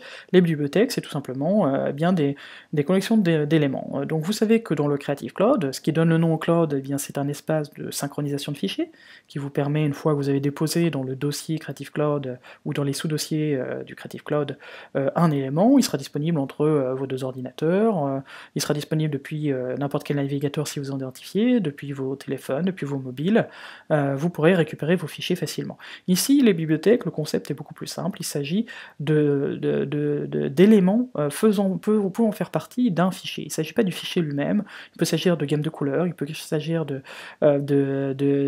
style de texte, il peut s'agir aussi d'éléments vectoriels, d'éléments de blocs image et design, il peut s'agir de calque Photoshop, donc c'est des éléments en fonction d'un projet. Donc là par exemple je vais créer ici, et je vais appeler ça tuto pour tuto.com par exemple, et on va même mettre le .com ici pour la petite dédicace. Voilà, je dis OK, et voilà. Donc là, maintenant, toutes les gammes de couleurs que je vais faire vont pouvoir se mettre à l'intérieur ici, dans ce projet tuto.com. Donc si maintenant j'appuie sur le petit plus, ça peut venir d'ailleurs de la pellicule, ça peut venir, ces photos peuvent venir de des photos présentes sur mon téléphone, d'éléments qui sont placés dans mon Creative Cloud, ou depuis l'appareil photo, comme vous l'avez vu tout à l'heure. Par définition, lorsque je tourne autour de moi pour essayer de trouver un cadrage où il y aura des couleurs qui m'intéressent, c'est live, alors vous le voyez ici. Mais si je fais un tap, maintenant c'est figé, et je vais pouvoir aller, comme tout à l'heure, ici, chercher des couleurs dans mon environnement, ici. Moi ça me plaît pas mal, je peux aller sur cette petite roue pour venir réajuster très légèrement mes couleurs, la clarté, la saturation, ici. Je peux venir rentrer des valeurs RVB ou hexadécimales, vu que je suis sur un environnement mobile, et puis je peux même venir prendre le pas, parce que ce qui m'intéresse finalement c'est ma couleur principale, et je veux refaire des composites, des complémentaires. Voilà, tout ceci de cette manière, et puis là je vais l'appeler thème tuto. Voilà, je dis OK, et à partir de ce moment-là, eh bien c'est automatiquement placé dans mon site Adobe Color, dans mon espace Adobe Color, et aussi dans cette bibliothèque. Au passage, vous avez différents icônes pour les informations, pour les remodifier, pour dupliquer pour faire une version ou pour supprimer, ainsi que vous avez la possibilité de supprimer ou voire même de collaborer, c'est-à-dire de partager une collection, une bibliothèque avec une autre personne. Voilà ce que je voulais vous montrer ici, dans cet espace, ici sur téléphone mobile. Retournons maintenant eh bien, sur l'écran. Donc ici, si je reviens dans InDesign, on peut voir que j'ai ici un nouveau panneau qui s'appelle Bibliothèque CC. Je retrouverai exactement le même dans Photoshop et dans Illustrator à l'heure actuelle, au moment de l'enregistrement, ici. Donc ces bibliothèques, comme vous pouvez le voir, donc ça c'est ma bibliothèque principale. Je vous le disais tout à l'heure, je peux avoir des couleurs, des gammes de couleurs, des thèmes de couleurs, comme on vient de le voir. Je peux avoir des propriétés de texte, ici, des styles de texte. Il ne s'agit pas de style de paragraphe ou de caractère, c'est des styles de texte, des attributs de texte qui seront communs entre les logiciels. Je vais retrouver aussi des pinceaux, alors là ils sont grisés parce que c'est des pinceaux Photoshop et Illustrator. Je vais pouvoir retrouver des éléments vectoriels, je vais pouvoir récupérer aussi eh bien, des vecteurs donc faits avec Shape, ou par exemple ici des éléments vectoriels venant d'Illustrator, ou aussi je pourrais très bien prendre par exemple ici cet ensemble, et venir le déposer ici dans ma bibliothèque, voilà, pour pouvoir le réutiliser plus tard dans un autre document, même principe pour des couleurs, pour du texte, etc. Donc ça c'était juste pour vous faire un petit rappel de ce que c'était en fait que ces bibliothèques, et vous voyez ici le thème tuto.com. Si je reviens d'ailleurs dans le navigateur, ici vous avez bibliothèque, et là vous pouvez exposer vos bibliothèques avec leur contenu ici, et donc savoir ce qui est pris en compte ou pas par vos éléments, par vos bibliothèques, et ce qui est partagé, ce qui n'est pas partagé avec différentes personnes. Donc voilà un petit peu juste pour le rappel de ce que c'est en fait que cette bibliothèque ici, et comment vous allez pouvoir donc du coup aussi faire migrer des couleurs, comme on le voit ici, d'un logiciel à un autre sans avoir besoin d'exporter en ASE pour l'échange des bibliothèques comme on le faisait avant, via ce menu. Donc voilà, donc ça c'était juste pour un petit rappel. Maintenant, si on va un petit peu plus loin, donc ici dans InDesign, on va avoir aussi eh bien deux nouveaux panneaux. On a ce panneau Adobe Thème de couleur, qui est, vous voyez, qui ressemble effectivement à ce que l'on a sur le site Adobe Color CC, et ce que l'on a aussi sur Adobe Color, aussi sur iOS. Donc voilà, on va avoir effectivement les trois mêmes onglets, créer, explorer, et mes thèmes. Et encore une fois, là dans mes thèmes, bah, par exemple, vous allez pouvoir, donc là une petite mise à jour se fait, je vais retrouver mes thèmes tuto qu'on vient de faire tout à l'heure, les favoris aussi, certaines couleurs favoris, et je vais pouvoir d'ailleurs les mettre en favoris, modifier ces thèmes, etc., etc., et ajouter ça à mon nuancier sans aucun problème, ici par exemple, voilà, qui vient d'être ajouté à mon nuancier. Donc ça c'était juste des petits rappels pour vous montrer qu'on a accès ici aussi aux couleurs, bien que l'on a vu tout à l'heure. Donc ça, on va avoir cet élément ici, très facile, hein, pour placer nos éléments et pour pouvoir faire des tests et des ajustements de couleurs. Maintenant, comment je peux faire pour récupérer des couleurs aussi dans mon environnement ici? Alors on a la pipette qui nous permettrait de rajouter des couleurs dans mon nuancier, ou voire même dans le panneau, comme on le voyait tout à l'heure, dans le panneau ici bibliothèque. Si j'ai un élément sélectionné, donc la couleur qui est sélectionnée ici, je peux aussi ajouter juste cette couleur assez facilement de cette manière. Maintenant j'ai des images à l'intérieur. On a vu sur le site que c'était très pratique de pouvoir prélever des couleurs, ou sur le téléphone, dans une photo, dans une image. Eh bien on va avoir un nouvel outil qui est ici, et qui s'appelle l'outil thème de couleur, qui va servir à ça. Donc si je viens ici par exemple sur cet élément, je passe en survol, ça peut être des objets, mais dans une image, il va me proposer ici une gamme de couleurs en fonction d'une règle. Les plus colorées, donc les dominantes mais un peu plus claires, les plus sombres, les couleurs les plus éteintes, etc. Donc ça c'est des règles, et je vais pouvoir les ajouter, par exemple ici, si j'ouvre pour vous montrer, je vais pouvoir les ajouter ici encore une fois à mon nuancier, voire même je vais pouvoir les ajouter dans mes thèmes de couleurs, comme je viens de le faire ici, et ça va se mettre à jour si je rafraîchis un petit peu, ça va se mettre à jour dans mon panneau. Je passe rapidement, c'est pas ce qui m'intéresse le plus ici.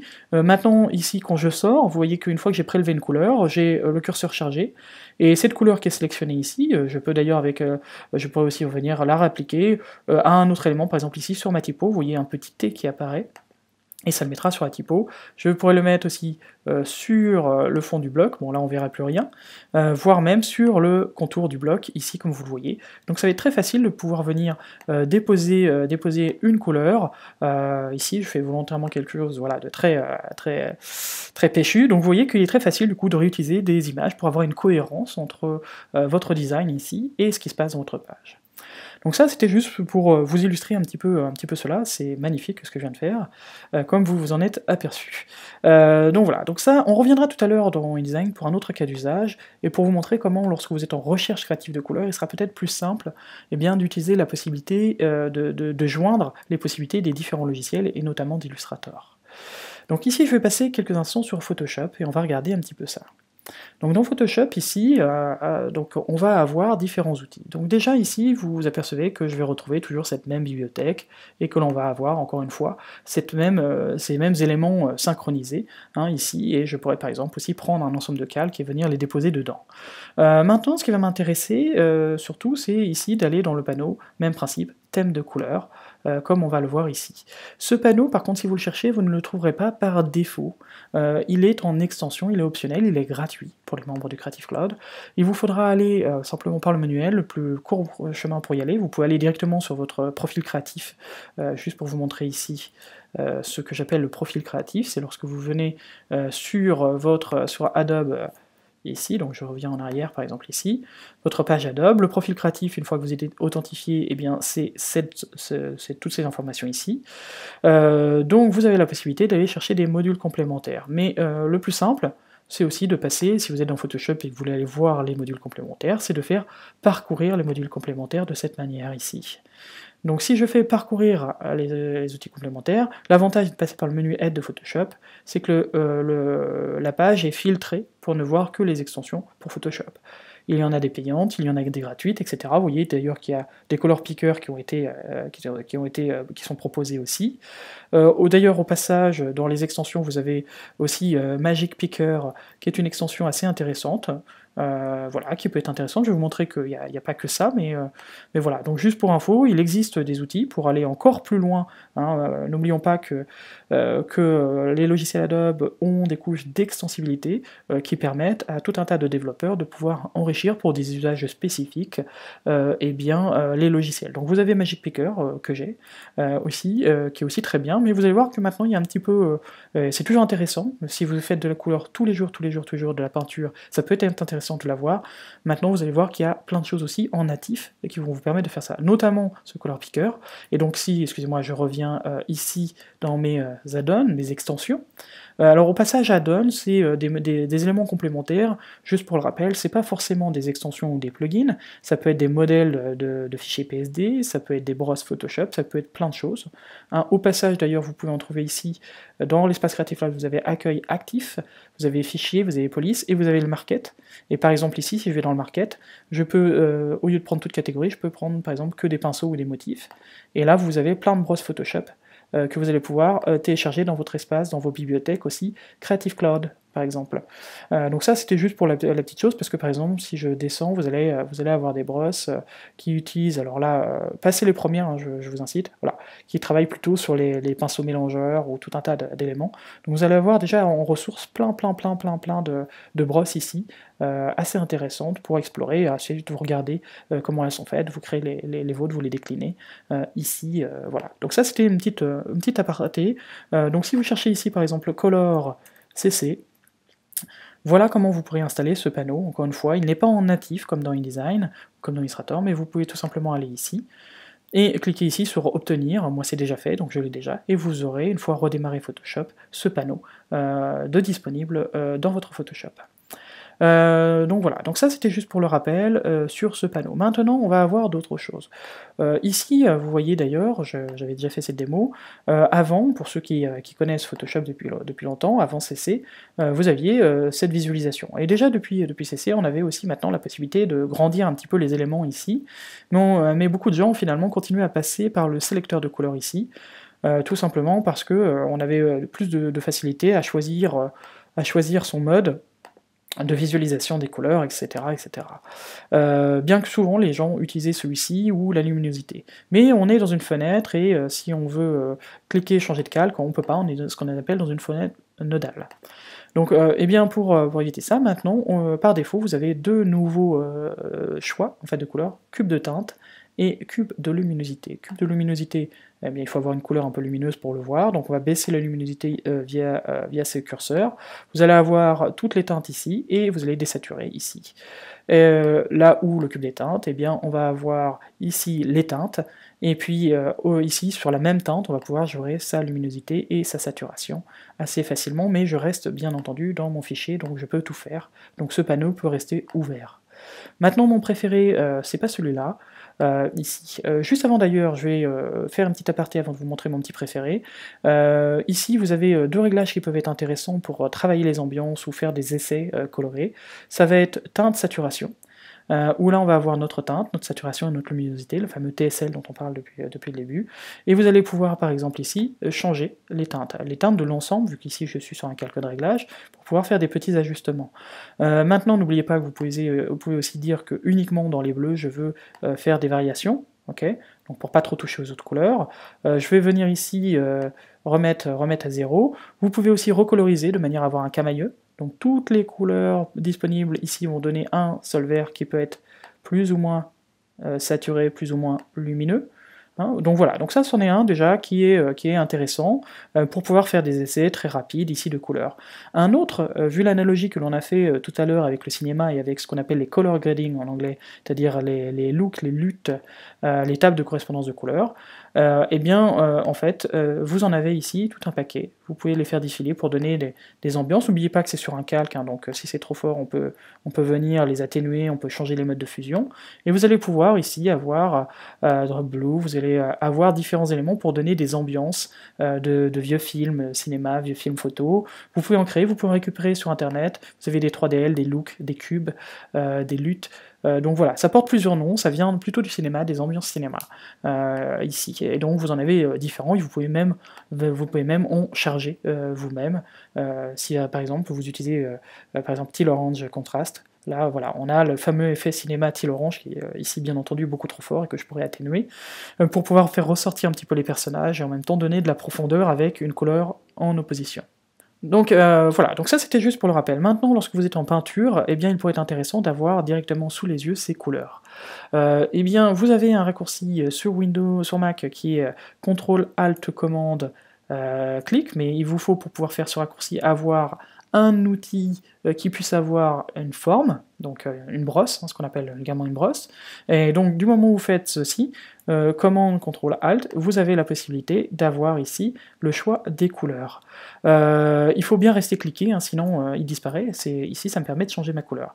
Donc ici vous avez, alors par défaut ça ne vient pas sous forme de roue chromatique, il faut aller dans les préférences, menu édition sur Windows, général, pour pouvoir demander, par défaut, vous arrivez avec ce qu'on appelle une bande de teinte, et une bande de teinte, c'est ceci, c'est un petit peu le sélecteur de couleurs que vous avez vu, à différentes tailles.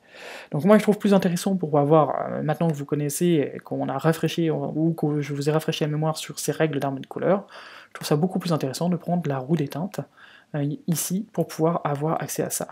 Donc voilà les raccourcis pour Mac. Sur Windows, eh bien, ça sera Alt majuscule et clic droit, j'insiste bien sur le clic droit, c'est pas clic gauche, en restant cliqué, vous aurez ça. Maintenant, ce qu'il faut savoir aussi, c'est que si vous avez ici la bonne luminosité qui vous intéresse, mais que vous voulez aller chercher une autre teinte, décaler légèrement la teinte, le problème qui va se passer, par défaut, c'est que vous allez perdre ici, pour aller chercher la teinte, vous allez perdre votre luminosité, et vice-versa. En fait, vous pouvez rajouter une quatrième, donc je ne lâche pas mon clic ni mes raccourcis, je rajoute un quatrième raccourci qui est la barre d'espace. Là, ça va figer temporairement, le temps que je passe du carré au cercle, ça va figer temporairement, je relâche, maintenant je peux changer ma teinte, barre d'espace pour figer temporairement, je reviens ici, je sélectionne un petit peu ma luminosité. Alors vous me direz, ça paraît un peu barbare, ça paraît un peu complexe tout ça, Mais juste pour la petite anecdote, si on change un raccourci dans Photoshop, il y a plein de gens qui utilisent ces raccourcis de manière historique, déjà toutes les touches classiques sont prises, on va avoir des levées de bouclier, donc généralement on vous propose plutôt de faire vous-même un remappage des raccourcis, de vous-même changer les raccourcis si vous le voulez, voire même, si vous faites de la peinture numérique, je suppose, et j'espère pour vous, que vous êtes avec une tablette Wacom, que ce soit une Intuos, que ce soit une Cintiq, ici. Et bien dans ce cas-là, vous pouvez paramétrer, vous pouvez paramétrer ici, comme je l'ai fait, ces fameuses touches, vous voyez ici je reste volontairement sur vol, donc j'ai mis ici, dans mes drivers, les éléments. Donc ici, il me suffit du coup d'appuyer, je ne fais même pas de clic, j'appuie juste sur le bouton, parce que j'ai demandé que le clic gauche soit fait pour moi, ici, donc sur Mac, clic droit sur Windows, pour pouvoir sélectionner ceci. Et j'ai mis sur la touche qui est juste un petit peu en dessous, comme vous voyez ici, j'ai laissé un petit éclairage entre les deux, j'ai mis la touche, excusez-moi, ah non, là je me suis trompé, j'ai modifié mes réglages pour quelqu'un d'autre, donc là, ça me fait une petite gymnastique. J'ai mis la touche, normalement, je la mets à côté, pour pouvoir figer, passer à l'autre, relâcher, figer, passer à l'autre, relâcher. D'accord? Donc ça se paramètre assez facilement dans les préférences de votre tablette Wacom. Donc si vous avez sur Mac, c'est dans les préférences système, tablette Wacom, ici, vous sélectionnez votre périphérique, vous sélectionnez votre élément. Par défaut, c'est pour toutes les applications, mais par un petit plus, vous pouvez rajouter Photoshop et n'avoir que vos réglages pour vous. Donc là, il faudrait aller dans les modificateurs, voilà. Et sur Mac, donc il faudra cocher ces cases-là. Sur Windows, ça sera Alt, Shift, et puis clic droit. Voilà comment vous pouvez faire ceci assez facilement sur votre tablette. Donc voilà un petit peu pour Photoshop. Ici, quelques règles, et peut-être aussi pour vous montrer, j'ai pas mal d'extensions, dont certaines que je suis en train de mettre à jour sur la colorisation de bande dessinée pour gagner du temps. Et si vous allez dans les extensions ici, eh bien celle dont je vous parlais tout à l'heure s'appelle, si je la retrouve, Magic Picker, ici, et vous permet aussi d'avoir accès à un cercle chromatique ici, donc on va avoir accès à des valeurs, à tout un tas d'options, par exemple ici, voilà, je vais pouvoir avoir des options, je vais pouvoir les masquer, je vais pouvoir avoir ici, voilà, des règles, je vais pouvoir avoir ici différentes visualisations de maraux chromatiques, etc., etc., je vais pouvoir voir ça en bande, et je vais pouvoir aussi afficher des règles d'harmonie, ici, pour gagner du temps. Si vous êtes spécialiste de la couleur, et bien parfois une bonne extension va vous faire gagner du temps, donc de l'argent, et surtout va vous permettre de rester en productivité et en contexte de ce que vous faites, ce qu'on appelle des HUD, donc Heads of Display, c'est ce que vous avez vu quand je faisais ici mon raccourci. Hein, c'est comme dans les casques des aviateurs ou sur les cockpits, sur la vitre du cockpit. En fait, généralement, les pilotes d'avions de chasse ont les informations en contexte, ça leur évite de regarder. Hein, c'est comme être au téléphone, taper un SMS quand on est au volant, c'est pas bien, faut rester en contexte. Donc c'est le même principe ici que l'on va avoir ici. Donc voici pour Photoshop, on va passer maintenant sur Illustrator, ici, pour finir. Alors ici dans Illustrator, vous avez aussi bien entendu les bibliothèques, comme vous pouvez le voir ici, voilà, avec toujours ici le temps que ça se remette à jour ici via ce petit bouton, avec ma bibliothèque tuto.com.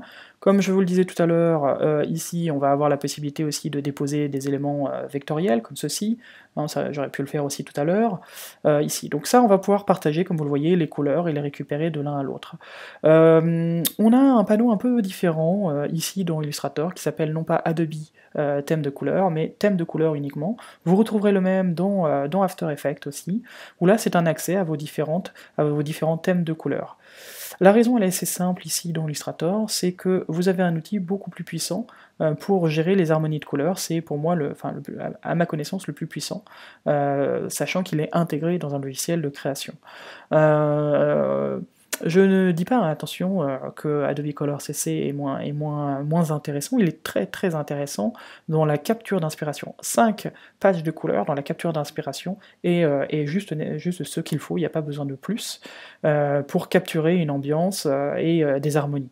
Après, bien entendu, on pourra à partir de ces couleurs faire comme un peintre, les mélanger, créer des couleurs secondaires, etc. etc. Donc c'est là où c'est extrêmement important dans des logiciels d'être plutôt sur de l'inspiration, dans la capture d'inspiration. Ici, on va avoir des outils beaucoup plus puissants, avec la roue chromatique beaucoup plus puissante, ce qu'on appelle modifier les couleurs ou redéfinir les couleurs. On va voir ça dans quelques instants. Donc ici, je vais quand même pouvoir récupérer en fait mes couleurs pour les ajouter ici. Hein, donc ça, c'est la première chose que je voulais vous montrer. Et je vais vous montrer aussi comment, bien entendu, appliquer toutes ces couleurs. Donc ici, par exemple, voilà un exemple de mon ami Jérôme Bareil, aka Easy Design. Si vous ne connaissez pas son boulot, je vous recommande. Il a fait aussi pas mal de tutos, je crois que certains sont d'ailleurs disponibles sur tuto.com. Et donc, ce qui est pour moi un des plus grands experts français d'Illustrator, aussi bien sur le plan technique que créatif. Voilà, avec une vraie palette d'outils. Donc n'hésitez pas non plus à aller voir son travail, vraiment quelqu'un de très bien. Donc ça, c'est des fichiers qu'il m'a passé. Je vais passer effectivement ce thème que je fais depuis 2007 et qu'il avait fait à la Creative Week. Et donc voilà des fichiers qu'il avait utilisés et qu'il m'a passé. Donc ici, par exemple, si je sélectionne tout, eh bien je vais avoir une petite roue chromatique qui apparaît ici en contexte, mais qui s'appelle redéfinir les couleurs, mais je vais aussi l'avoir dans le menu édition, ici au niveau de modifier les couleurs, vous allez avoir redéfinir les couleurs de l'illustration ici, d'accord? Donc on va l'avoir à différents endroits, dont ici.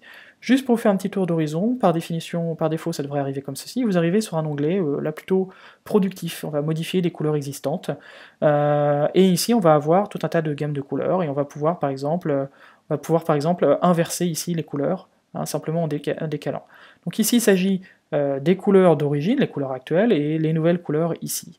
Par défaut, si vous avez du blanc, ou si vous avez du noir, eh bien c'est préservé par définition, le gris pourrait l'être aussi, pour ne pas faire une reteinte. Vous pouvez trier les couleurs nouvelles, les couleurs ici, via ce petit menu, en fonction bien, de leur luminosité par exemple, on va prendre du plus clair au plus foncé. Vous pouvez aussi ici choisir le mode de colorisation des teintes, on va voir ça dans quelques instants. Voilà, ici vous pouvez même venir limiter votre choix de couleurs, par exemple à des catalogues Pantone ou autres, et dans ce cas-là, seules les nuances dans un nuancier, hein, ou des nuanciers personnalisés, par exemple, vos propres nuanciers, seront appliqués pour la redéfinition des couleurs. Donc si vous avez une charte couleur, ça peut être très intéressant pour très rapidement réappliquer vos couleurs de charte que vous auriez mémorisées ici. Donc voilà un petit peu, ça c'était juste pour un petit rappel. Donc ici aussi, je vais pouvoir dire, dans mes nouvelles couleurs, j'aimerais que ça soit en fonction de la luminosité, par exemple. Donc voilà, donc ici aussi, pareil, on pourrait aussi réduire le nombre de couleurs, vous le voyez ici, et dans ce cas-là, ce qu'il fait, simplement, c'est ce que j'aurais pu faire à la main, il prend les couleurs et il les met dans la même ligne, des couleurs d'origine, vont donner cette couleur, soit de manière exacte, elles ont toutes exactement la même couleur, soit en tenant compte de la luminosité, de la teinte des couleurs d'origine. Donc voilà un petit peu ici. Vous pouvez aussi faire des jeux un petit peu random ici, vous pouvez changer la luminosité, saturation, si ça vous plaît pas, vous pouvez revenir ici, etc. etc.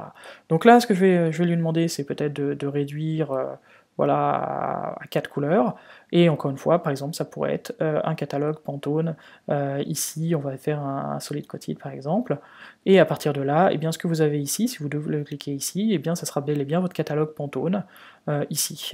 Je peux enlever ici cette contrainte, qui se retrouve aussi en bas, en faisant 100, tout simplement ici, et je peux mémoriser par exemple les couleurs que je viens de faire ici, comme ceci, pour pouvoir les récupérer assez facilement plus tard dans mon nuancier lorsque j'aurai dit OK. Donc voilà un petit peu ce que je voulais vous montrer. Possibilité de dire non, en fait cette couleur-là doit donner une autre. En fait je peux dire bah non, c'est cette couleur-là, non, c'est une couleur qui est déjà issue de mon nuancier. Voilà un petit peu comment on va pouvoir jouer à recoloriser, ici redéfinir les couleurs d'une illustration. Et je reviendrai aussi, on a la possibilité aussi de le faire de cette manière-là, via un cercle, ici dans la partie modifiée, avec différents modes, TSL, teinte saturation luminosité, CMGN, Lab, et on reviendra sur Global tout à l'heure.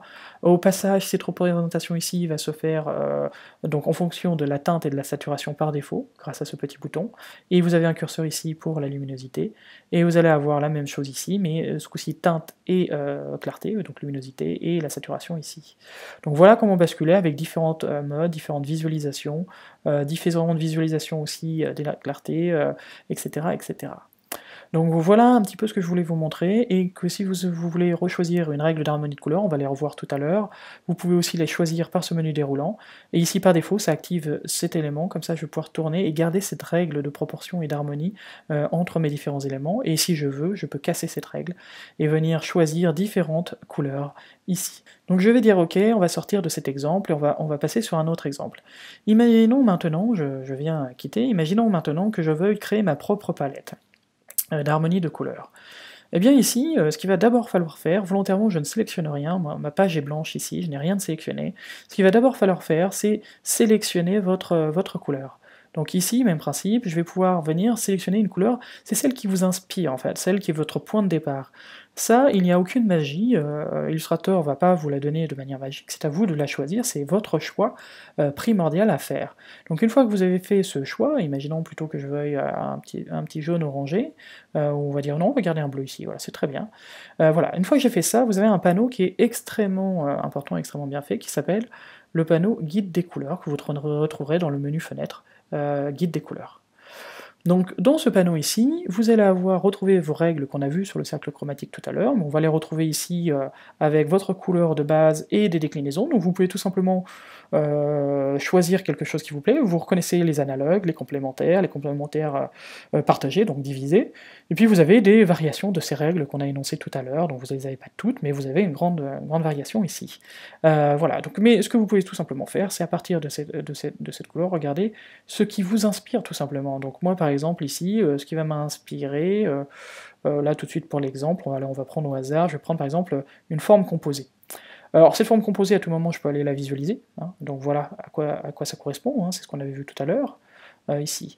Et puis je vais pouvoir venir ici du coup avoir donc cette règle d'harmonie qui est ici, je vais pouvoir l'avoir ici aussi, ça c'est les couleurs actives, et je vais avoir des propositions de variations colorées de part et d'autre. Par défaut, vous allez être plutôt sur des teintes ombres, c'est-à-dire la clarté, la luminosité. Vous allez avoir aussi vive et teinte, c'est-à-dire la saturation, ou vous allez avoir, eh bien, ce que je préfère, chaude-froide. Vous allez pouvoir aussi voir le nombre d'étapes ici, dans la froideur et dans le côté plus chaud, en venant demander ici dans les options du guide, eh bien, de mettre beaucoup plus, par exemple, d'étapes, ici, et vous pouvez aussi dire, ok, là, on va de cette couleur-là à des couleurs vraiment très dramatiquement chaudes et froides. Vous pouvez très bien dire, non, je veux que ça se teinte légèrement, je voudrais en gros arrêter que à cette partie-là, j'ai pas besoin de voir ces couleurs-là, elles m'embêtent.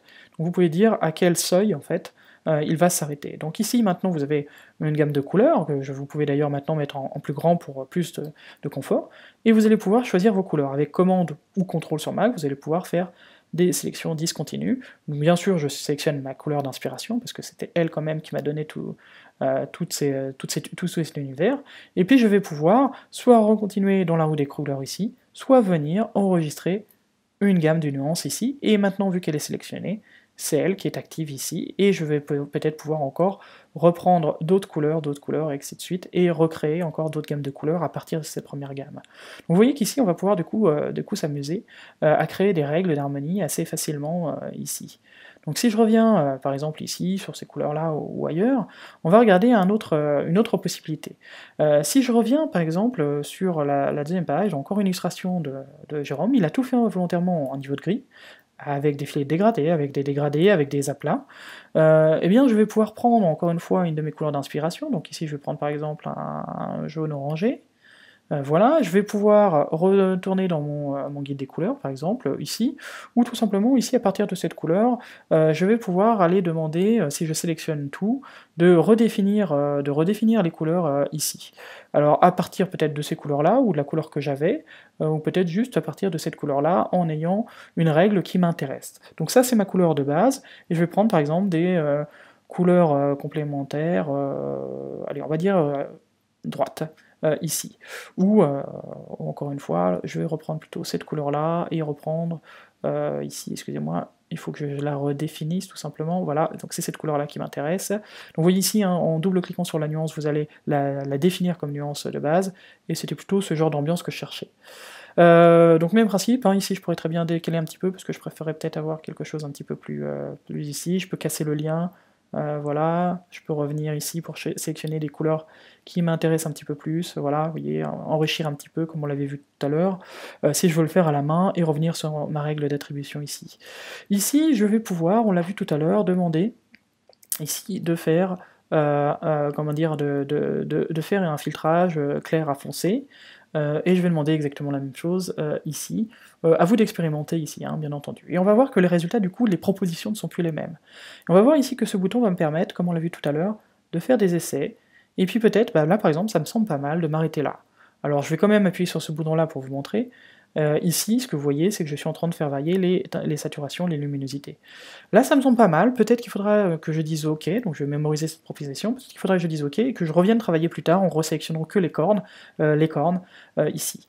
Maintenant, si je me dis, bah oui, mais par contre, le jaune que j'ai ici, là, celui-là, là, ce jaune-là, ah, ok, qui appartient là, qui est dans les cornes, non, c'est peut-être plutôt celui-ci qui m'intéresse, voilà. C'est ce jaune-là que je veux toucher, vous voyez que vous pouvez cliquer sur la couleur de base, ou vous cliquez sur la couleur résultante, et il vous montre ici, en niveau de gris, si vous touchez bien à la bonne couleur. Moi c'est celle qui est dans les yeux qui m'intéresse, donc c'est la bonne couleur. Donc maintenant je peux enlever ce filtre, et j'aimerais en fait que toutes ces couleurs jaunes ne soient pas prises en compte dans la prochaine redistribution des couleurs, ou ici. Donc je peux simplement désactiver, ou dans la redistribution des couleurs que j'avais, je peux venir les travailler ici. Voilà, comme on vient de le faire, je peux les exclure en fait d'une recolorisation.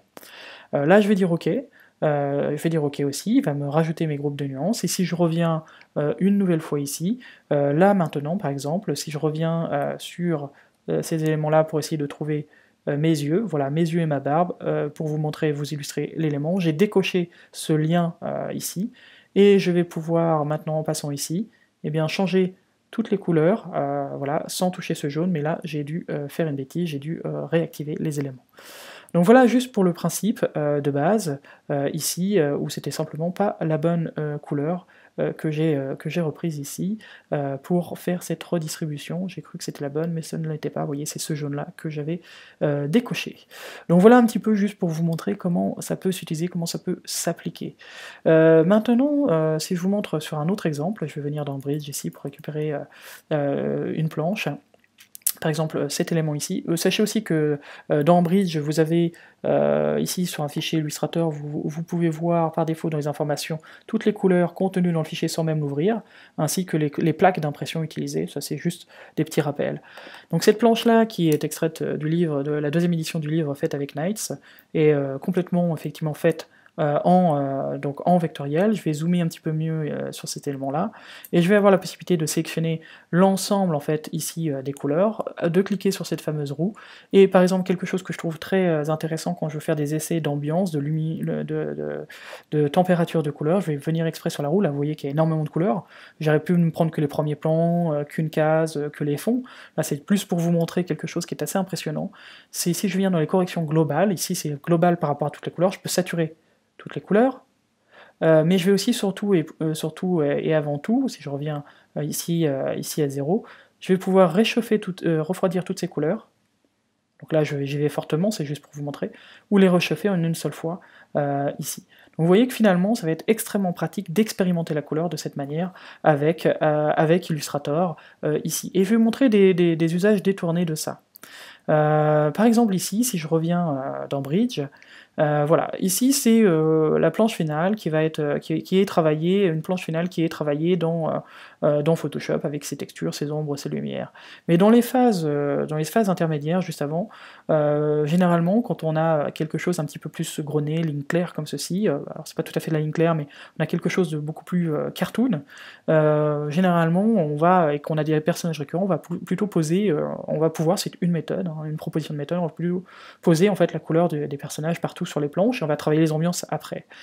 Donc si je veux travailler les ambiances, avant même d'avoir travaillé, par exemple ici, généralement on pose d'abord les ciels, parce que c'est la lumière ambiante, surtout si on a un hiver diurne, donc de jour, on va d'abord poser ces ciels, ce qui nous donnera ensuite les ambiances. Donc si on veut travailler et voir un petit peu quelles sont les ambiances qu'on pourrait faire, je pourrais très bien prendre cet état, en fait, à cet état de couleur, pour faire des essais, et prendre case par case. Donc là, dans ce cas-là, c'est ce que j'ai déjà fait ici, j'ai importé pour gagner du temps dans Illustrator, voilà cette planche, je l'ai importée à 3 étapes pour gagner du temps, Ici, c'est l'image, j'ai simplement fait ouvrir, c'est pour ça que vous voyez aucune couleur dans les bibliothèques et autres, j'ai fait ouvrir. Une fois avoir fait ouvrir ici, pour gagner du temps, pour pas que ce soit trop long, vous pouvez aller dans le panneau qui s'appelle comment dire, excusez-moi, vectorisation de l'image. Voilà, vous avez un raccourci d'ailleurs aussi, lorsque vous sélectionnez une image, vous avez un raccourci aussi ici vers les pré-réglages. Mais là, autant se mettre directement ici, ça a déjà été fait, et là j'avais choisi un pré-réglage qui était le pré-réglage 16 couleurs, qui correspond à ce choix, donc peu de couleurs, niveau de gris, beaucoup de couleurs, juste en noir et blanc, juste les lignes, et ici c'est des pré-réglages en fonction de ces choix, et des réglages qui sont en dessous. Donc ici j'avais pris 16 couleurs, et ensuite je suis venu simplement pousser à 30. Vous pouvez décocher l'aperçu pour faire vos réglages, si vous connaissez vos réglages. Il y a tout un tas d'autres éléments ici, dont par exemple ignorer le blanc qui est déjà coché, comme ça le blanc ici des cases ne sera pas pris en compte. Et puis une fois que vous avez fait ça, donc encore une fois, donc vous allez dans ce panneau et vous faites, sur l'image vous allez sélectionner votre pré-réglage. Une fois que vous avez fait ça, eh bien pour pouvoir utiliser cette fameuse roue chromatique, si je viens ici dans édition, vous voyez que modifier les couleurs ce n'est pas possible ici parce que c'est une vectorisation dite dynamique, je peux changer les curseurs et ça refera dynamiquement les choix, en fait, réduire le nombre de couleurs par exemple. Il va falloir faire une décomposition et vous avez un bouton de raccourci juste ici. En faisant une décomposition, je l'ai déjà fait pour gagner du temps, encore une fois, parce que là il y a beaucoup de détails, voilà, vous allez récupérer l'ensemble de vos traits ici. D'accord? Donc une fois que vous avez l'ensemble de vos traits, donc là je vais pouvoir venir ranger par exemple ici mon panneau, on va pouvoir se concentrer sur cette planche, et je vais pouvoir, eh bien, à partir donc de ce qui était une image Photoshop, et je vais retourner après dans Photoshop bien entendu, je vais pouvoir bien faire la même chose, donc si je reviens par rapport juste là à donner une température un peu différente, je vais peut-être réchauffer un petit peu l'ambiance ici, et même principe, je vais peut-être pouvoir revenir aussi sur mon ciel, en venant ici chercher mon ciel, qui doit être ici, voilà. Je vais pouvoir peut-être venir juste chercher une couleur de ciel, voilà, qui m'intéresse, ici, en venant en quitter. Voilà, donc je vais pouvoir m'amuser à réattribuer, à rechanger, et cette couleur, bien entendu, elle se trouve ici, donc je peux très bien reprendre une seule couleur, faire des choix, faire des essais, reprendre des règles d'harmonie pour refaire d'autres choses, retravailler encore une fois ici avec du random, donc là c'est volontairement grossier ce que je suis en train de faire, vu que je suis concentré sur l'explication. Donc voilà un petit peu ce que je voulais montrer. Et je vais vous montrer un autre usage, je vous disais qu'on finirait par InDesign, ici. Donc ici, si je viens dans InDesign, voilà, là j'ai une double page, et je travaille ma charte graphique, j'avais fait ces premiers choix de couleurs dans InDesign, peut-être en utilisant les 5 couleurs de base ici, et j'aimerais rapidement pouvoir faire ce qu'on vient de faire sur l'image Photoshop, ici sur mon fichier InDesign. Donc ce qu'on va pouvoir faire, ici c'est la charte graphique, encore une fois les images importées ne font pas partie de la charte graphique, donc là je ne vais pas chercher à vectoriser les images, d'ailleurs je vais faire simplement, pour pouvoir l'ouvrir dans Illustrator, je vais faire simplement un export PDF pour l'impression, et j'ai mémorisé un petit pré-réglage pour ne pas m'embêter à revérifier si tout est bien coché. Vous faites vos réglages et ensuite vous le mémorisez par ce bouton ici. Donc moi j'ai demandé à ce que ça soit exporté en planche, parce que là c'est une double page. J'ai demandé que la compression soit assez faible, parce que là les images sont juste là à titre d'information, mais ce qui m'intéresse c'est tout ce qui est bloc vectoriel, contour, filet, forme géométrique, texte, qui est encore du vecteur. Et puis j'ai demandé au niveau sortie de ne faire aucune conversion, parce que j'estime que les couleurs que j'avais choisies ici, par exemple si c'est en CMJN, ce qui est le cas de mon document, eh bien je désire les conserver en CMJN. Donc j'ai fait un export comme ceci. Pour gagner du temps, comme je l'ai déjà fait, on va aller venir simplement le chercher. Je le glisse, ici c'est hors de la fenêtre, excusez-moi, de visualisation, je vais le glisser dans mon Illustrator. Voilà, ici j'ai des images RVB, donc il me dit attention, est-ce que tu veux un mode CMGN? Donc j'étais dans un mode CMGN, donc je garde le mode CMGN. Voilà, et à partir de maintenant, voilà, je me retrouve bel et bien avec mes éléments vectoriels et des images importées avec des blocs d'écrêtage. Si je sélectionne tout, n'oubliez pas qu'on fait un PDF, Illustrator va vous faire ce qu'on appelle un groupe d'écrêtage ici. Donc si vous voulez avoir accès au contenu facilement, ici vous cliquez sur modifier le contenu, et là votre petit trou va apparaître, donc c'est normal si elle n'était pas là. Donc si je vais ici maintenant, vous avez compris ce qui va se passer.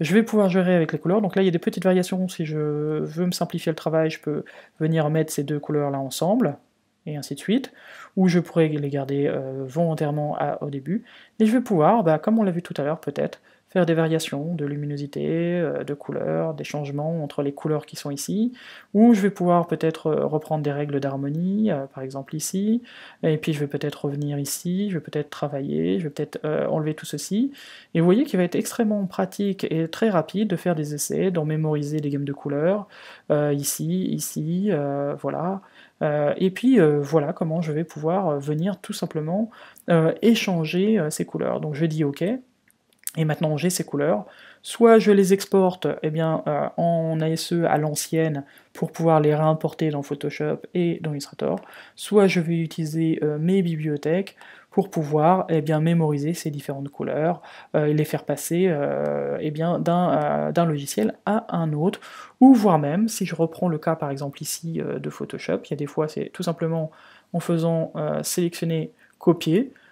Il peut aussi parfois être beaucoup plus rapide de venir ici, alors imaginons que ça soit la même planche, je viens coller cet élément en objet dynamique, là ça va prendre un petit peu de temps ici, et je vais m'en servir ici comme référence pour, avec ma pipette, récupérer des couleurs et venir peindre avec, par exemple, ici si j'étais sur le bon calque.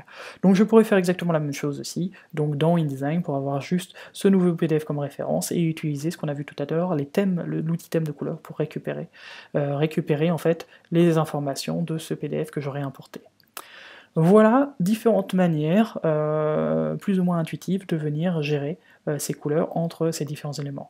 N'oubliez pas, voilà, que là où tout commence finalement, bien c'est ici, c'est là où vous allez avoir, dans votre profil créatif, c'est là où vous allez avoir accès à tous vos éléments, ici, couleurs, vos bibliothèques, et puis c'est là où vous allez avoir de l'information, où trouver par exemple les applications mobiles, ColorCC, ici Shape, et avec quels logiciels sont compatibles, dans quel logiciel on va retrouver ces thèmes de couleurs, par exemple ici. Voilà, j'espère que ça vous a plu, et puis je vous dis à bientôt pour d'autres tutos.